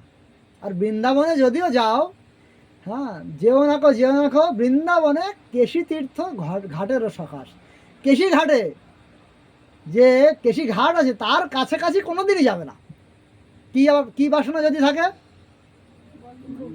বন্ধুদের নিয়ে, আত্মীয় স্বজনদের নিয়ে যদি ভোগ বাসনা করে, হাসি ঠাট্টা তামাশা করে যদি জীবন কাটানোর ইচ্ছা থাকে, তাহলে কোনোদিন যেন বৃন্দাবনে না যাও। আর বৃন্দাবনে গেলেও কেশী ঘাটে কোনোদিন যাবে না। কেন? সেখানে কি আছে? কেশী ঘাটে কি আছে? হ্যাঁ, তবে মোর কথা রেখো, যেও না কো যেও না কো, বৃন্দাবনে কেশী তীর্থ ঘাটেরও সকাশ। কেন না? গোবিন্দ বিগ্রহ ধরি তথায় আছেন হরি। সেখানে গোবিন্দ মানে যিনি সমস্ত ইন্দ্রিয়কে আনন্দ বর্ধন করে, সবাইকে আনন্দ প্রদান করে, এরকম ভুবন ভোলানো হাসি, হ্যাঁ, বা মনোমুগ্ধকর চাল বা তীক্ষ্ণ দৃষ্টির দ্বারা যারা সবাইকে যে আনন্দ প্রদান করে, বা সেখানে মধুর মধুর বংশীর ধ্বনির দ্বারা সবার হৃদয়কে হরণ করে, এই জন্য সেখানে কি বলছে? গোবিন্দ বিগ্রহ ধরি তথায় আছেন হরি। আর মুখে বদনে বঙ্কিম দৃষ্টি মুখে মন্দ হাস। তার কি না দৃষ্টি আছে বঙ্কিম দৃষ্টি, টেরা দৃষ্টি, মানে তীরের মতো তীক্ষ্ণ। এই দৃষ্টিতে তোমার হৃদয় বিদ্ধ করে দিবে। আর যদি হৃদয় দৃষ্টির দ্বারাও তোমার হৃদয় বিদ্ধ না হয় তাহলে কি হবে না মুখে মন্দ হাসি। এমন একটা ভুবন ভোলানো হাসি তার মুখে আছে যে এই দেখার সময় দেখে ফেললে তোমার কি হবে, তোমার আর ঘরে ফেরা হবে না। নয়ন বঙ্কিম দৃষ্টি মুখে মন্দ হাস, এইরকম আছে যা দেখে। পরেরটা ভুলে যাচ্ছি, বলছি এই যদি তুমি একবার ভুল করে দেখে ফেলো তাহলে তোমার আর বৃন্দাবন থেকে ফেরা হবে না, তখন আর তুমি সংসার বিষয় ভোগ আর তোমার হবে না। এইভাবে এই জন্য বলা হয় কৃষ্ণ দর্শন যার ভাগ্যে হইয়াছে একবার তার কি জনম সফল, জনম সফলতার কৃষ্ণ দর্শন যার ভাগ্যে হইয়াছে একবার। ঠিক আছে, তো এইভাবে ভীষ্মদেব স্তুতি করছেন, আমি তোমার এই সমস্ত রূপ মাধুরী দর্শন করেছি। আরো অনেক অনেক রূপের কথা বর্ণনা করেছে। কিরকম রূপের কথা বর্ণনা করেছে দেখুন, ধুলো মাখলে আমাদের কি ভালো লাগে? কিন্তু ভগবানের রূপ এমন, ভগবান যুদ্ধক্ষেত্রে কি সেবা করতেন? অর্জুনের রথের সারথি। তাহলে সাথে তার সামনে কে? ঘোড়া। ঘোড়া। এখন চারটে ঘোড়া, পাঁচটা ঘোড়া, পাঁচটা ঘোড়া যখন দৌড়বে তাদের খুর থেকে, তারা পিচের রাস্তায় দৌড়চ্ছিল না, কোথায়? মাটিতে, যুদ্ধক্ষেত্রে ধুলোয়। তাহলে ধুলো তো উড়বে। এখন ওই ধুলো উড়লে ধুলোগুলো যাবে কোথায়? একদম কৃষ্ণ তাই প্রথমেই বসে আছে ধুলোর খুঁড়ে। হ্যাঁ, এখানে 3 নম্বর শ্লোকে বলছে যুধি তুরগ রজে বিধুম্ন বিশ্ব। যুধি মানে যুধি তুরগ রজে, তুরগ মানে ঘোড়া। এই অশ্বের খুরের যে ধুলো, এই ধুলো উড়ে উড়ে এসে যখন তোমার সমগ্র শরীর যেন মেকআপ করার মতো দেখাচ্ছে। হ্যাঁ, আমরা বিউটি পার্লারে কত সুন্দর করে মেকআপ করি, আর ভগবান এবং যে সুন্দর তার সব সুন্দর, যে সুন্দর তার আরো সুন্দরতা বৃদ্ধি পায় কখন? যখন তার সঙ্গে প্রেম হয়। ভীষ্মদেবের মন বা ভীষ্মদেব যেহেতু কৃষ্ণকে প্রেম করে, তাই সে ধুলো মেখে থাকলে যেন মনে হচ্ছে ধুলো দিয়ে মেকআপ করে তার সৌন্দর্য বৃদ্ধি পেয়েছে। যুধি তুরগর যে বিধুম্র বিশ্ব। হ্যাঁ, এই খোড়ার মানে উত্থিত ধুলোর দ্বারা তোমার রূপ দেখে মনে হচ্ছে তুমি যেন মেকআপ করে আছো। আর এই সময় তোমার ঘর্মবিন্দু, এখানে সুন্দর সুন্দর বর্ণনা আছে এর মধ্যে, যা শ্লোক পড়ে যদি প্রত্যেকটা ওয়ার্ড ধরে ব্যাখ্যা করি তাহলে আরও বিস্তারিত হয়ে যাবে। এই জন্য বলছে আর যে ঘর্মবিন্দুগুলো ছিল মনে হচ্ছে হিরে দিয়ে সাজানো হয়েছে তোমাকে। হ্যাঁ, ওই রূপ মাধুরী আমি দর্শন করেছি, এই রূপ মাধুরী দর্শন করে আমি তোমার প্রতি মুগ্ধ হয়ে গেছি। আরও বর্ণনা করছেন কি না, যখন একদিন কি হয়েছে, দুর্যোধন এই ভীষ্মদেব যেদিন সরস্বজ্জায় শায়িত হয়েছেন সেটা 9 নম্বর দিন ছিল। তো 9 নম্বর দিনের আগের দিন মানে 8 দিনের দিন রাত্রে গিয়ে, যেহেতু পঞ্চপাণ্ডবের প্রতি ভীষ্ম অনেক স্নেহ পরবশ ছিল, স্নেহবৎসল ছিল, তাই দুর্যোধন দিক গালাগালি করছে, তুমি খাচ্ছ আমার সেনার হয়ে সেনাপতির উপরে যুদ্ধ করছো, কিন্তু তুমি আমার হয়ে যুদ্ধ করছো না। তোমার যুদ্ধ করার ভাব দেখে মনে হচ্ছে তুমি পাণ্ডবদের মানে জয়ী করার জন্য যুদ্ধ করছো, নইলে তুমি যদি যুদ্ধ করো পাণ্ডবরা তোমার সামনে টিকতে পারে? নেমক হারাম তুমি একটা, এরকম গালাগালি করেছে। তো ভীষ্মদেবের খুব দুঃখ হয়েছে, অপমান লেগেছে, মানে অপমানিত হয়েছেন খুব। তিনি বলছে 5টা বাণ রেখেছে, বলছে এই 5টা বাণ দিয়ে কালী পঞ্চপাণ্ডবকে হত্যা করবো। ভগবান তো জানে, অনেক কাহিনী আছে এর পিছনে। দ্রৌপদীকে নিয়ে যায়, গিয়ে আশীর্বাদ নিয়ে আসে, বাণগুলো চেয়ে নিয়ে যায়, অনেক বড় বড় কাহিনী আছে, সেগুলো বলছি না। তো ভগবান পরের দিন 9 নম্বর দিনে গিয়ে এমন যুদ্ধ করছে কেউ তাকে রক্ষা করতে পারছে না। তখন ভগবান কৃষ্ণ কি করেছেন, এমন অনেক অনেক বাণ এসেছে যে বাণগুলো অর্জুন রক্ষা করতে পারেনি, মানে প্রতিরোধ করতে পারেনি, তাই ভগবান নিজের গায়ে সেগুলো সহ্য করে নিয়েছেন। হ্যাঁ, তো শরীরে যদি বাণ লাগে রক্ত তো বেরোবে। এখন দেখুন ভগবানের শরীর তো অত্যন্ত কোমল, এই যে বলো ত্রিভুবন কমলম, অত্যন্ত কোমল। হ্যাঁ, তো এই কোমল শরীরে যখন রক্ত বেরোচ্ছে, এটা সুখের না দুঃখের? দুঃখের। কিন্তু দুঃখের নয় ভগবানের জন্য। কেন না, ভগবান কোন পরিবারে জন্মগ্রহণ করেছে? যদু বংশ বা বৃষ্ণি বংশে, মানে ক্ষত্রিয় বংশে জন্মগ্রহণ করেছে। ক্ষত্রিয়রা বীর হয়, আর বীরের শোভা হচ্ছে রক্ত। যুদ্ধক্ষেত্রে যদি বীরের গা থেকে রক্ত না ঝরে তাহলে সেটা ওদের শোভা বর্ধন করে না। হ্যাঁ, ক্ষত্রিয়ের গা থেকে যদি রক্ত পড়ে মনে হয় যেন গয়না পড়েছে, অলংকার। অলংকার পড়েছে। হ্যাঁ, ভীষ্মদেব বর্ণনা করছে যখন আমার শরীর তীরের দ্বারা শত যে পরিপ্লুত, হ্যাঁ, মানে তোমার ক্ষত থেকে যখন রক্ত বেরিয়ে আসছিল আমার তীরের দ্বারা, সেই সময় তোমার বীরত্ব প্রকাশিত হয়েছিল। তখন আমি তোমাকে দেখে যথার্থ একজন বীর রূপে স্বীকার করে নিয়েছি। তোমার প্রতি আমার মনকে আমি পরিপূর্ণরূপে সমর্পণ করেছি। আরও তোমার প্রতি আমি আকৃষ্ট হয়েছি কখন? যখন তোমার সর্বশ্রেষ্ঠ গুণ, ভগবান সবথেকে বড় গুণ কি? কি? ভক্তবাৎসলতা। হ্যাঁ? যখন তোমার এই সমস্ত গুণের উপরে রূপের মাধুরীর উপরে গিয়ে তোমার ভক্তবাৎসলতা যখন আমি হৃদয়ঙ্গম করেছি, তখন তোমার প্রতি আমি আরও বেশি মুগ্ধ হয়েছি। কখন ভক্তবাৎসলতা দেখিয়েছেন? ভগবান কি প্রতিজ্ঞা করেছিলেন যুদ্ধের আগে? যে আমি কোনোদিন অস্ত্র ধারণ করবো না যুদ্ধে। কিন্তু যখন দেখছে ভীষ্মদেব এত যুদ্ধ করছে, এত তীব্রভাবে যুদ্ধ করছে যে কেউ রক্ষা করতে পারছে না, কেউ প্রতিরোধ করতে পারছে না, তখন তিনি কি করলেন? রথ থেকে নেমে গিয়ে ভগ্ন রথের চাকা নিয়ে চক্র রূপে তাকে কি না ভীষ্মদেবকে বধ করার জন্য এগিয়ে যাচ্ছে। ভগবানের কি হলো? প্রতিজ্ঞা ভঙ্গ হয়ে গেল। কিন্তু এখানে ভগবানের মহিমা বাড়েনি, এই কমেনি। হ্যাঁ, কেউ যদি কোনো ক্ষত্রিয় যদি তার প্রতিজ্ঞা ভঙ্গ করে তাহলে তার কি হয়? মহিমা কমে না বাড়ে?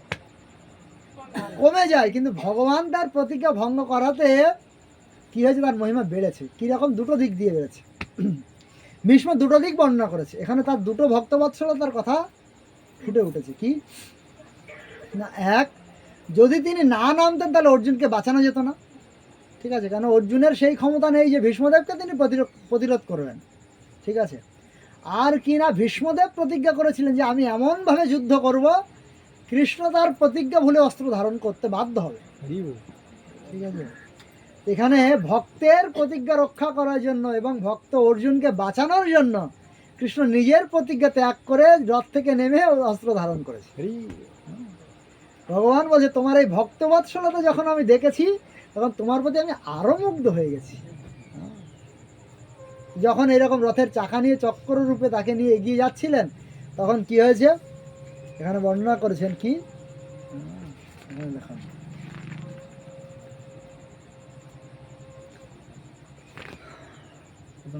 এই যে হরিরি বহন্তমিভম গতোত্তরীয়, ভগবান বর্ণনা করছে তুমি যখন আমাকে হত্যা করার জন্য রথের চাকা নিয়ে আসছিলে তখন যেন মনে হচ্ছিল মত্ত হাতিকে শিকার করার জন্য, সিংহ যেমন, সিংহ ভয় পায় হাতিকে, শিকার করার যেমন করার সময় যেমন হাতি কি লক্ষ্য করে না, তাকে শিকার করাটাই তার একমাত্র উদ্দেশ্য হয়, সেরকম বলছে হরিরি বহন্তমিভ।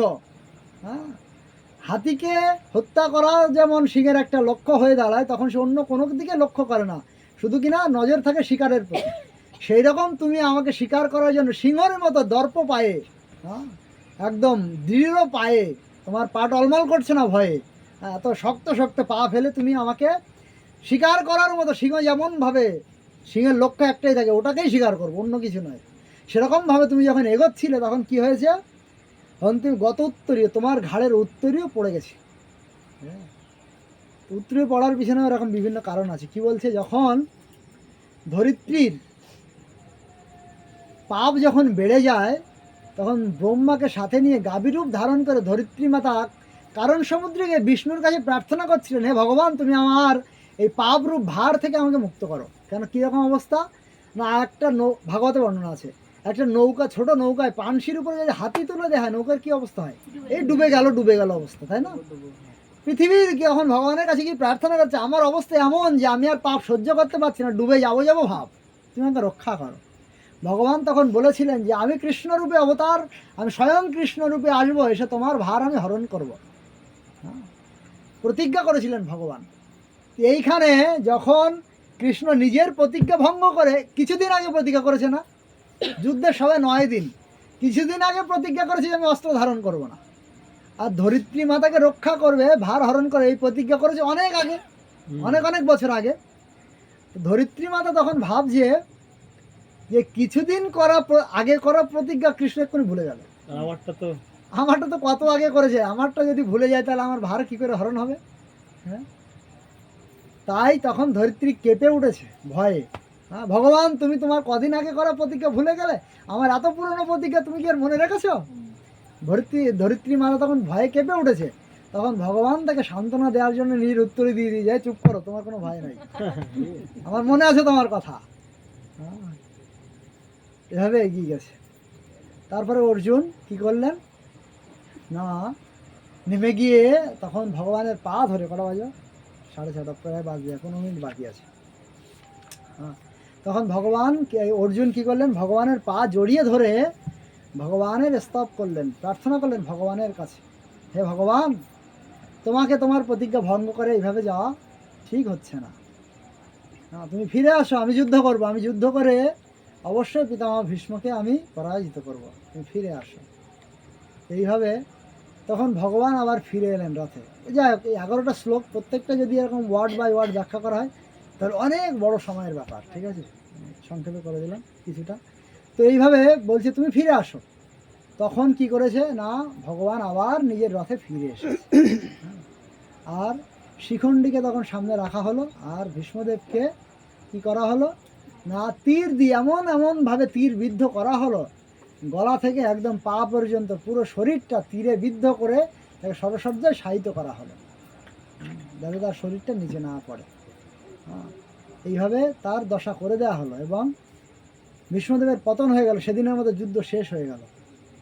এবার শেষে এসে এই 11টা শ্লোকের শেষে এসে তখন ভগবানকে দেখে ভীষ্মদেব বলছে যে আমি জানি তুমি কত মহান, তোমার মহিমা আমি দর্শন করেছি। যখন ইন্দ্রপ্রস্থে মুনিগণ নিপ্রবর্জ্য সংকলস্ত, সমস্ত ভারতবর্ষের মহান মহান ঋষিরা, সমস্ত রাজারা এই রাজসূয় যজ্ঞে ইন্দ্রপ্রস্থে উপস্থিত ছিল। হ্যাঁ, সবার আগে শ্রেষ্ঠ ব্যক্তির পূজা করা হয় যে কোনো শুভ কার্যে। সভাপতি নির্বাচন করা হয় আমাদের দিকে, কিন্তু ধর্মকথা অনুসারে শ্রেষ্ঠ ব্যক্তিকে বরণ করা হয়, তাকে আসন দেওয়া হয়, তার পুজো করা হয়। তো যখন সমস্ত মুনি ঋষিরা উপস্থিত ছিল, সমস্ত মহান মহান রাজারা, ক্ষত্রিয় রাজর্ষিরা উপস্থিত ছিল, তখন তোমাকে শ্রেষ্ঠ ব্যক্তি হিসেবে পুজো করা হয়েছিল। আমি দেখেছি তুমি কত মহিমাময় ব্যক্তি।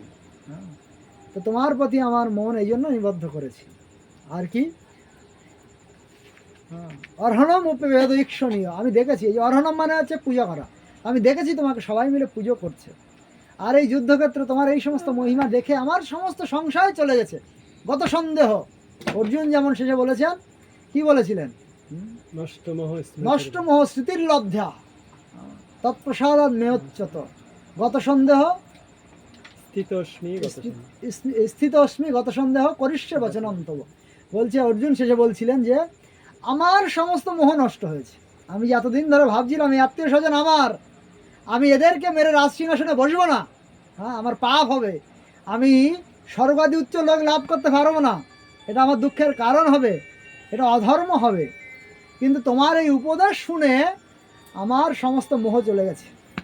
মোহ কোথা থেকে আসে? অজ্ঞানতা থেকে মোহ আসে, ঠিক আছে, আমার সমস্ত মোহ চলে গেছে, আমি আমার পূর্বের স্মৃতি ফিরে পেয়েছি এবং এখন আমি বুঝেছি যে আমার প্রকৃত স্থিতি হচ্ছে আমি তোমার দাস, আর আমার কর্তব্য কি, করিষ্যে বচনম তবে, তুমি যেমন বলবে তেমন করব। এইটা শেষে কে বুঝেছিল? অর্জুন বুঝেছিল। এখানে ভীষ্মদেবও বলছেন তমিমম অহম অজম শরীর ভাজম হৃদি হৃদি ধৃষ্টতাম কল্পিত আত্মতানম প্রতিদিশ ইম নৈক্য ধারকম একম সমধিগতস্মি বিধুত ভেদ মোহ। আমার সমস্ত মোহ বিধুত ধুয়ে চলে গেছে, বিধুত ভেদ মোহ। আমার সমস্ত মোহ যার হৃদয়ে ছিল, হ্যাঁ, যে আমার কি গতি হবে, আমি কিভাবে দেহ ত্যাগ করবো, মৃত্যুর পরে কোথায় যাব, এই সমস্ত মোহ থেকে আমি এখন পরিপূর্ণরূপে মুক্ত হয়ে গেছি। আমার এখন আর কোনো সন্দেহ নেই, হ্যাঁ, আমি আমার পরিপূর্ণ স্থিতিতে অবস্থিত। ধৃষ্টতাম আত্মকল্পিতানাম, আমি আমার যে নিজের প্রকৃত স্বরূপ, সেই স্বরূপে আমি এখন অধিষ্ঠিত হয়েছি। আমি বুঝে গেছি যে তোমাকে যেহেতু সামনে পেয়ে আমি দেহ ত্যাগ করছি, তাই আমার সদ্গতিই হবে, আমার আর কোনো খারাপ গতি হবে না। হ্যাঁ, এবং এই যে আমি সমাধি মানে পরিপূর্ণরূপে, এই যে গীতাতে 2:40 একটা শ্লোক আছে, ব্যবসায়ত্মিকা বুদ্ধি সমাধাও না বিধিয়তে, যাদের বুদ্ধিটা এদিক ওদিক বিভিন্ন বিষয়ে নিযুক্ত আছে না, বিভিন্ন লোকের মন, এখানে বসে বসে হয়তো এমন অনেক ব্যক্তি থাকতে পারে জানি না, আমার মতো খারাপ যাদের মন তাদের এরকম হবে কিনা, বসে আছে এখানে কিন্তু শরীর এখানে থাকলেও মনটা হিসাব করছে এইখানে এত টাকা দেওয়ার বাকি ছিল, এর কাছে এই টাকাটা পাওয়ার কথা ছিল, আজকে দেওয়ার কথা ছিল, যদি যেতে না পারি আজকে টাকাটা মিশে যাবে। হ্যাঁ, এরকম হয় না? হয় কি না? বা এখানে বসে বসে কেউ ভাবছে ঘরে তালা দিয়ে এসেছিলাম, হ্যাঁ, তাহলে কি হলো, শরীর এখানে আছে কিন্তু মন অন্য জায়গায় আছে। কিন্তু এখানে ভীষ্মদেব বলছে আমি এখন সমাধি মানে পরিপূর্ণরূপে তোমার চরণে আমার মনকে নিযুক্ত করতে পেরেছি। এটা এই স্থিতিটাকেই বলা হয় সমাধি। আমরা যে শুনি মহাত্মারা সমাধিতে চলে গেছে, মানে তাদের মনকে পরিপূর্ণরূপে কৃষ্ণ চিন্তায় নিযুক্ত করেছে, এটাকেই বলা হচ্ছে সমাধি। ভীষ্মদেব এখানে বলছে আমি এখন পরিপূর্ণ সমাধিতে আছি, তোমার চরণ ছাড়া অন্য কোনো চিন্তা আমার আর আসছে না, আমি এই অবস্থায় দেহ ত্যাগ করতে চাই। এইভাবে তিনি দেহ ত্যাগ করলেন এবং ভগবানের নিত্য ধামে বিরাজ করলেন। ঠিক আছে? ভীষ্ম মহারাজ কি জয়। তো আমাদের এখান থেকে শিক্ষা নেওয়ার কি আছে? সাধন করো, ভজন করো, মরতে জানলে হয়। আমরা সারা জীবন হরি হরি করলাম, কিন্তু মৃত্যুর সময় যদি কৃষ্ণ চিন্তা না হয়ে অন্য চিন্তা হয় তাহলে আমার জন্মটা সেরকম হয়ে যেতে পারে। অনন্য ভক্তি, অনন্য শরণাগতি যদি না থাকে তাহলে আমাদের এইরকম দশা হতে পারে। তো আমাদের এই ভীষ্মদেবের স্থিতি থেকে, ভীষ্মদেবের এই প্রার্থনা থেকে আমাদের শিক্ষা নেওয়া উচিত মৃত্যুর সময় আমাদের কেমন মানসিকতা থাকা উচিত। মৃত্যুর সময় কেমন মানসিকতা থাকবে? আমাদের মনকে পরিপূর্ণরূপে কৃষ্ণ চিন্তায় নিয়োজিত করবো। হ্যাঁ, বসে বসে চিন্তা করবো না আমার নাতনিটা কোথায় গেল, তাকে একবার নিয়ে এসে আমি দেখতে চাই, ওর বিয়ে দেখে মরতে চাই। ঠিক আছে, এই সমস্ত চিন্তা করবো না। ব্যাংকে যে 2 কোটি টাকা আমি গুছিয়ে রেখেছি, আমি যদি মরে যাই টাকাগুলো খাবে কে? হ্যাঁ, এই চিন্তা করবো না। কি চিন্তা করবো? কৃষ্ণ তদীয় পাদ পঙ্কজ পঞ্জরান্ত্যম অদ্বৈব বিশ্বতুমে মানুষরাজ হংস। তোমার পাদ পদ্মে, তোমার পাদ পদ্মরূপ লোহার খাঁচায় আমার মন রূপ ভ্রমর যেন পরিপূর্ণরূপে বন্দী হয়ে থাকে। কি বলছে সম্রাট কুলশেখর প্রার্থনা করছে, কৃষ্ণ তদীয় পাদ পঙ্কজ পদ্মরং। হ্যাঁ, পদ্মফুল ভ্রমর কার প্রতি আকৃষ্ট হয়? আমি বললাম পদ্মের মধ্যে, কেননা পদ্মে সবথেকে বেশি মধু পাওয়া যায়। হ্যাঁ, এবং ভ্রমর এই পদ্ম ফুলে যদি একবার প্রবেশ করতে পারে, পদ্ম কখন ফোটে? দিনের বেলা, সূর্যের উদয়ের সাথে সাথে পদ্ম ফুটে যায়, প্রস্ফুটে যায়। কখন বন্ধ হয়? সূর্যাস্তের সময় পদ্ম আবার বন্ধ হয়ে যায়। কিন্তু ভ্রমর যখন একবার ঢুকতে পারে পদ্ম ফুলের মধ্যে, তখন সে মধুপানে এত নিমগ্ন হয়ে যায়, কখন সূর্যাস্ত হলো কখন পদ্ম বন্ধ হলে এই জ্ঞান তার আর থাকে না। এই জন্য সম্রাট কুলশেখর প্রার্থনা করছেন, হে কৃষ্ণ আমার মন যেন তোমার পাদপদ্মরূপ পদ্ম ফুলের মতো এরকম ভাবে বন্দী হয়ে যায়। কৃষ্ণ তদীয় পাদ পঙ্কজে পদ্মরান্ত। তোমার এই পাদ পদ্মরূপ পদ্ম ফুলে আমার মন পরিপূর্ণভাবে বন্দী হয়ে যাক। অদ্বৈব বিশ্বতুমে মানুষ রাজহংস, যেন বন্দী হয়ে যায়। এইটা হচ্ছে আমাদের মন মানসিকতা হওয়া উচিত দেহ ত্যাগ করার সময়। কিন্তু এখন কেউ যদি মনে করেন আমি খট্টাঙ্গ মহারাজের মতো তৎকাল টিকিট কাটবো। খট্টাঙ্গ মহারাজ মৃত্যুর সময় কতক্ষণ কৃষ্ণ চিন্তা করেছিল? 22.5 মিনিট। হ্যাঁ, 1 দণ্ড সময় ছিল। 1 দণ্ড মানে 22.5 মিনিট এরকম কিছু।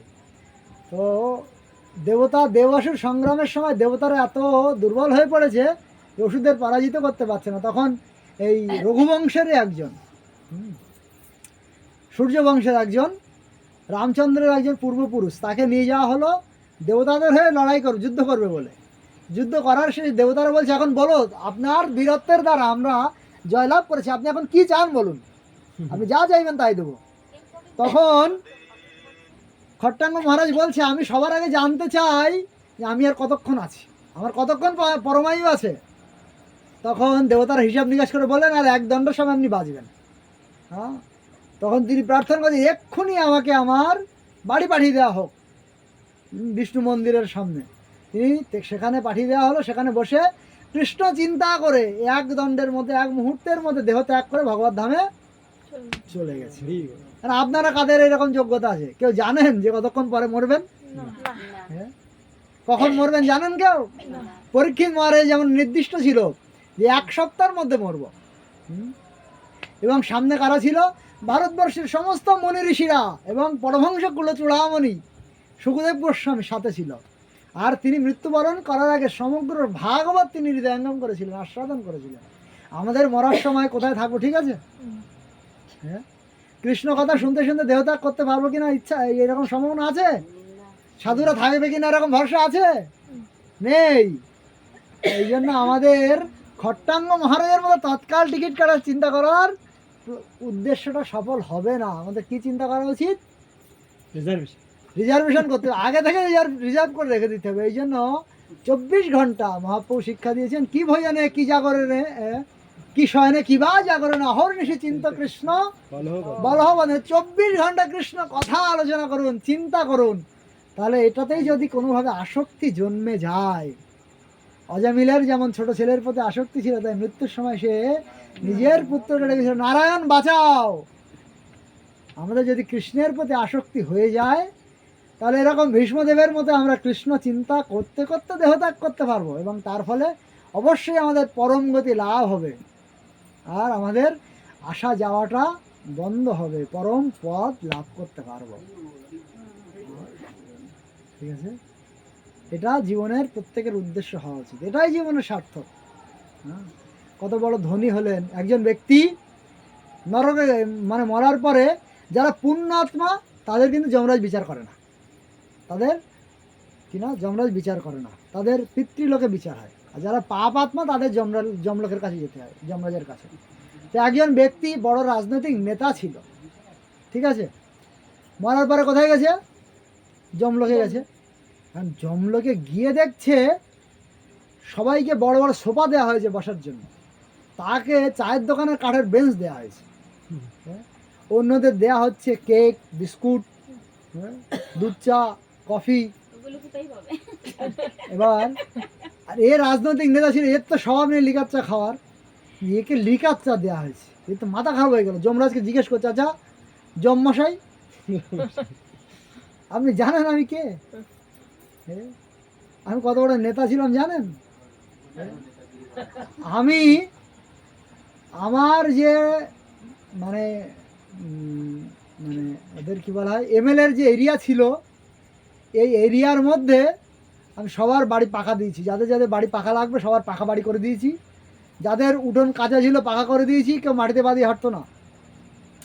আমার স্ত্রী পুত্র যা চেয়েছে সব দিয়েছি, পুজোর সময় যদি 20,000 টাকার কাপড় চেয়েছে তাও দিয়েছি, ছেলে মেয়ে 2টো কাপড় জামা চেয়েছেন 5টা দিয়েছি, কারোর কোনো দুঃখ রাখিনি। হ্যাঁ, যে যেখানে ঘুরতে যেতে চেয়েছে ঘুরিয়েছি, যা খেতে চেয়েছে খাইয়েছি। হ্যাঁ, সবাই আমাকে খুব ভালোবাসতো, আমি জগতের মানুষের প্রচুর সেবা করেছি। আমাকে লিখাচ্ছে কেন দেওয়া হবে? হ্যাঁ, আমাকে লিখাচ্ছে কেন দেওয়া হবে? যমরাজ বলছে, দেখো তুমি তো এইগুলো করেছিলে, হ্যাঁ, তোমার তো এখনো বিচার হয়নি, বিচার হওয়ার পরে কি হবে সেটা তো দেখো। তা কি হবে? দেখা গেল তোমার বিচার করে দেখা গেল তাকে নরক যন্ত্রণা ভোগ করতে হবে। বলছি কেন? আমি তো সবার এত উপকার করেছি, এত ভালো রেখেছি, আমি কেন নরকে যাবো? যে কৃষ্ণ ভক্তি করেছ? বলছি না, তা তো করিনি। আসল জায়গায় ঘাটতি হয়ে গেছে। এই জন্য জগতের আর সমস্ত কিছু যতই ভালোভাবে পুত্র পরিবার পরিপালন করুন না কেন, যতই জগতের সেবা করুন না কেন, যদি কৃষ্ণ ভক্তি না করেন তাহলে আপনার সবই ব্যর্থ হয়ে গেল। শিল প্রভুপাদ উদাহরণ দিচ্ছেন, কি উদাহরণ দিচ্ছেন? শূন্যের মর্যাদা আছে কি নেই? শূন্যের বল আছে? শূন্যের বল আছে না নেই? হ্যাঁ, এমনি সাধারণভাবে শুধু শূন্যের বল নেই, কিন্তু যদি একের পিছনে বসানো হয় কত হলো? 10। আরো একটা শূন্য বসানো হলো 100, আরো একটা শূন্য বসানো হলো 1000। এইভাবে আপনি কোটি পর্যন্ত বাড়ালেন, 10 কোটি যত ইচ্ছে সংখ্যা বাড়ালেন, বাড়ানোর পরে শূন্যদের মধ্যে ঝগড়া লেগে গেছে। দেখ তোর থেকে আমি কত শ্রেষ্ঠ, তুই তো শুধু একটা ঘর বাড়িয়েছিস 10, আমি 100 বানিয়েছি।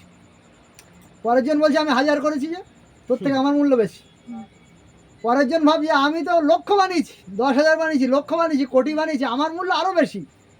তখন এক সামনে বসে বসে ভাবছে তোমরা বাবা তোমাদের পদমর্যাদা নিয়ে থাকো, আমি এখান থেকে কেটে পড়লাম। কি হবে? সব শূন্য। কোনো মূল্য নাই। প্রভুপাদ বলছেন এই জগতের সমস্ত ভালো কর্মই শূন্যের মতো। যদি সামনে কৃষ্ণরূপ এক থাকে তাহলে এইগুলোর মূল্য আছে, যদি কৃষ্ণরূপ এক না থাকে সব বেকার, হরি বল। সব বেকার। এই জন্য আমরা যাই করি না কেন যদি কৃষ্ণকে সাথে রাখি তাহলে তার মহিমা আছে, যদি কৃষ্ণকে সাথে না রাখি যতই শূন্য বসান কোনো মূল্য নাই, এক লাগবে সামনে। ঠিক আছে? এই জন্য আমরা যাই করি না কেন, যে কাজই করি, আমরা কিন্তু কাউকে বলি না তোমার কাজকর্ম ছাড়তে হবে। হ্যাঁ, যদি পাপ কর্ম করেন তাহলে ছাড়তে হবে, কিন্তু যদি পাপ কর্ম না করেন তাহলে ভক্তিবিনোদ ঠাকুর কি বলছেন, যে কোনো ব্যবসা ধরি জীবন নির্বাহ করি, মুখে কেবল কি বলতে হবে, মুখে বলো হরি হরি, মুখে শুধু হরি নাম করতে হবে। বলো হরে কৃষ্ণ হরে কৃষ্ণ কৃষ্ণ কৃষ্ণ হরে হরে হরে রাম। এটাই জীবনের সার্থকতা। এইভাবে যদি হরিনাম করতে থাকি, যার যে অবস্থায় আছে, কেউ দেখা যাচ্ছে এখন মায়ের মাংস হাঁটতে পারছি না, প্রসাদ ভোজন করতে পারছি না, 16 মালা জপ করতে পারছি না, বিভিন্ন প্রতিবন্ধকতা রয়েছে, তা থাকা সত্ত্বেও আপনি হরিনাম করুন। হরিনাম করলে কি হবে, নামের প্রভাবে, নামের এত ক্ষমতা আছে, নামের প্রভাবে আপনার এই খারাপ সমস্ত প্রবৃত্তিগুলো চলে যাবে। একদিন আপনি শুদ্ধ স্তরে গিয়ে শুদ্ধ ভক্তি করতে করতে কৃষ্ণ প্রেম লাভ করতে পারবে, অনায়াসে পাবে গৌর হরি, অনায়াসে গৌর হরিকে লাভ করে ভগবানের কাছে ফিরে যেতে পারবেন। এটাই জীবনের সার্থকতা। তো যাই হোক, আজকে ভীষ্ম স্তুতির মাধ্যমে আমরা মধ্য দিয়ে আমাদের এই প্রায় 7 দিনই হলো কোনো পরিকল্পনা ছাড়াই, তো আমরা আমাদের আজকের মধ্যে এখানে বিরাম দিচ্ছি। আর বিশেষ একটা সুযোগ হলো আমার বাবার জন্য, তিনি গত হয়েছিলেন, 7 দিন ভাগবত কথা হয়ে গেল একটা না। তো জানি না কি স্বীকৃতি হলো, আমরা কতটা ভগবানের শরণাগত হয়ে ভগবানকে আনন্দ বিধান করার উদ্দেশ্যে কতটা কথা হয়েছে জানি না। যাই স্বীকৃতি যাই হোক, যাই জমা হোক, সেটা আমি আমার তরফ থেকে আমি আমার বাবার জন্য সমর্পণ করছি পুরোটা। এবং আপনারা যদি একবার তার জন্য প্রার্থনা করেন খুব ভালো হয়। হরে কৃষ্ণ কৃষ্ণ হরে হরে হরে রাম রাম রাম হরে হরে। जय श्रीमद् भागवत महापुराण की जय, श्रील प्रभुपाद की जय, आनंद कोटि वैष्णव वृंद की जय, भक्त वृंद की जय जय, নিতাই গৌর প্রেমানন্দ। এই ভীষ্ম স্তুতির সময় আরেকটা দুটো কথা বলি। বিষয়টা হচ্ছে এই, যদি দেখবেন কেউ মানে মৃত্যুশয্যায় শায়িত হয়ে খুব কষ্ট পাচ্ছে, কোনোভাবে তার প্রাণ নির্গত হচ্ছে না, বা খুব পাপ করেছে জীবনে, কষ্ট পাচ্ছে, এইরকম অবস্থায় যদি আপনারা ভীষ্ম স্তুতি তাদের কীর্তন করে শোনান, তাহলে তার মৃত্যুটা সুগম হবে, উন্নত মৃত্যু, মানে মৃত্যুর পরে তার উন্নতি গতি হওয়ার সম্ভাবনা আছে ভীষ্ম স্তুতির জন্য। এবং ভক্তদের যেহেতু আমাদের মৃত্যুটা এরকম হওয়া উচিত, তা আপনারা প্রত্যেক দিন যদি কারোর মুখস্থ হয়ে যায় স্তুতি, প্রত্যেক দিন স্তব স্তুতি আপনারা মনে মনে কীর্তন করতে পারেন, হ্যাঁ, তাহলে কি হবে না, ভীষ্মদেবের মতো এরকম গৌরবময় মৃত্যু আপনারা বরণ করতে পারবেন। এবং মৃত্যুর পরেও যদি কারোর উদ্দেশ্যে বা ভীষ্ম স্তুতি বা শ্রীমদ্ ভাগবত কীর্তন করে যদি তার উদ্দেশ্যে সমর্পণ করা হয়, তাহলে তারও উদ্যোগতি হবে, এতে কোনো সন্দেহ নাই। ঠিক আছে? তো আমাদের ভীষ্ম স্তুতি যেহেতু দাদাস মহাজনের একজন অতি উন্নত একটা স্তুতি, খুব সুন্দর প্রার্থনা ভগবানের সম্পর্কে তিনি করেছেন। জানি না আপনারা কতটা হৃদয়ঙ্গম করতে পারলেন। আর আসলে পাত্র তো আমি তো বলছি, স্পিকার যেমন হবে তা সেরকম অনুসারে আপনারা গ্রহণ করবেন। জানি না আমি কতটা ভগবানের সন্তুষ্টি বিধানের জন্য কতটা হৃদয়ঙ্গম করতে পেরেছি, কতটা আপনাদের সামনে উপস্থাপন করতে পেরেছি। তো আপনারাও আমার জন্য প্রার্থনা করবেন, আমিও যেন এরকম দিব্য চিন্ময় স্থিতি বা এরকমভাবে চিন্তা চেতনা নিয়ে থাকতে পারি। সবার কাছে কল্পতরুভ্যশ্চ কৃপা আনন্দ কোটি বৈষ্ণব বৃন্দ কি গৌর প্রেমানন্দে হরে হরে। দেবকী পুত্র দয়াময় দাস প্রভু কি জয়।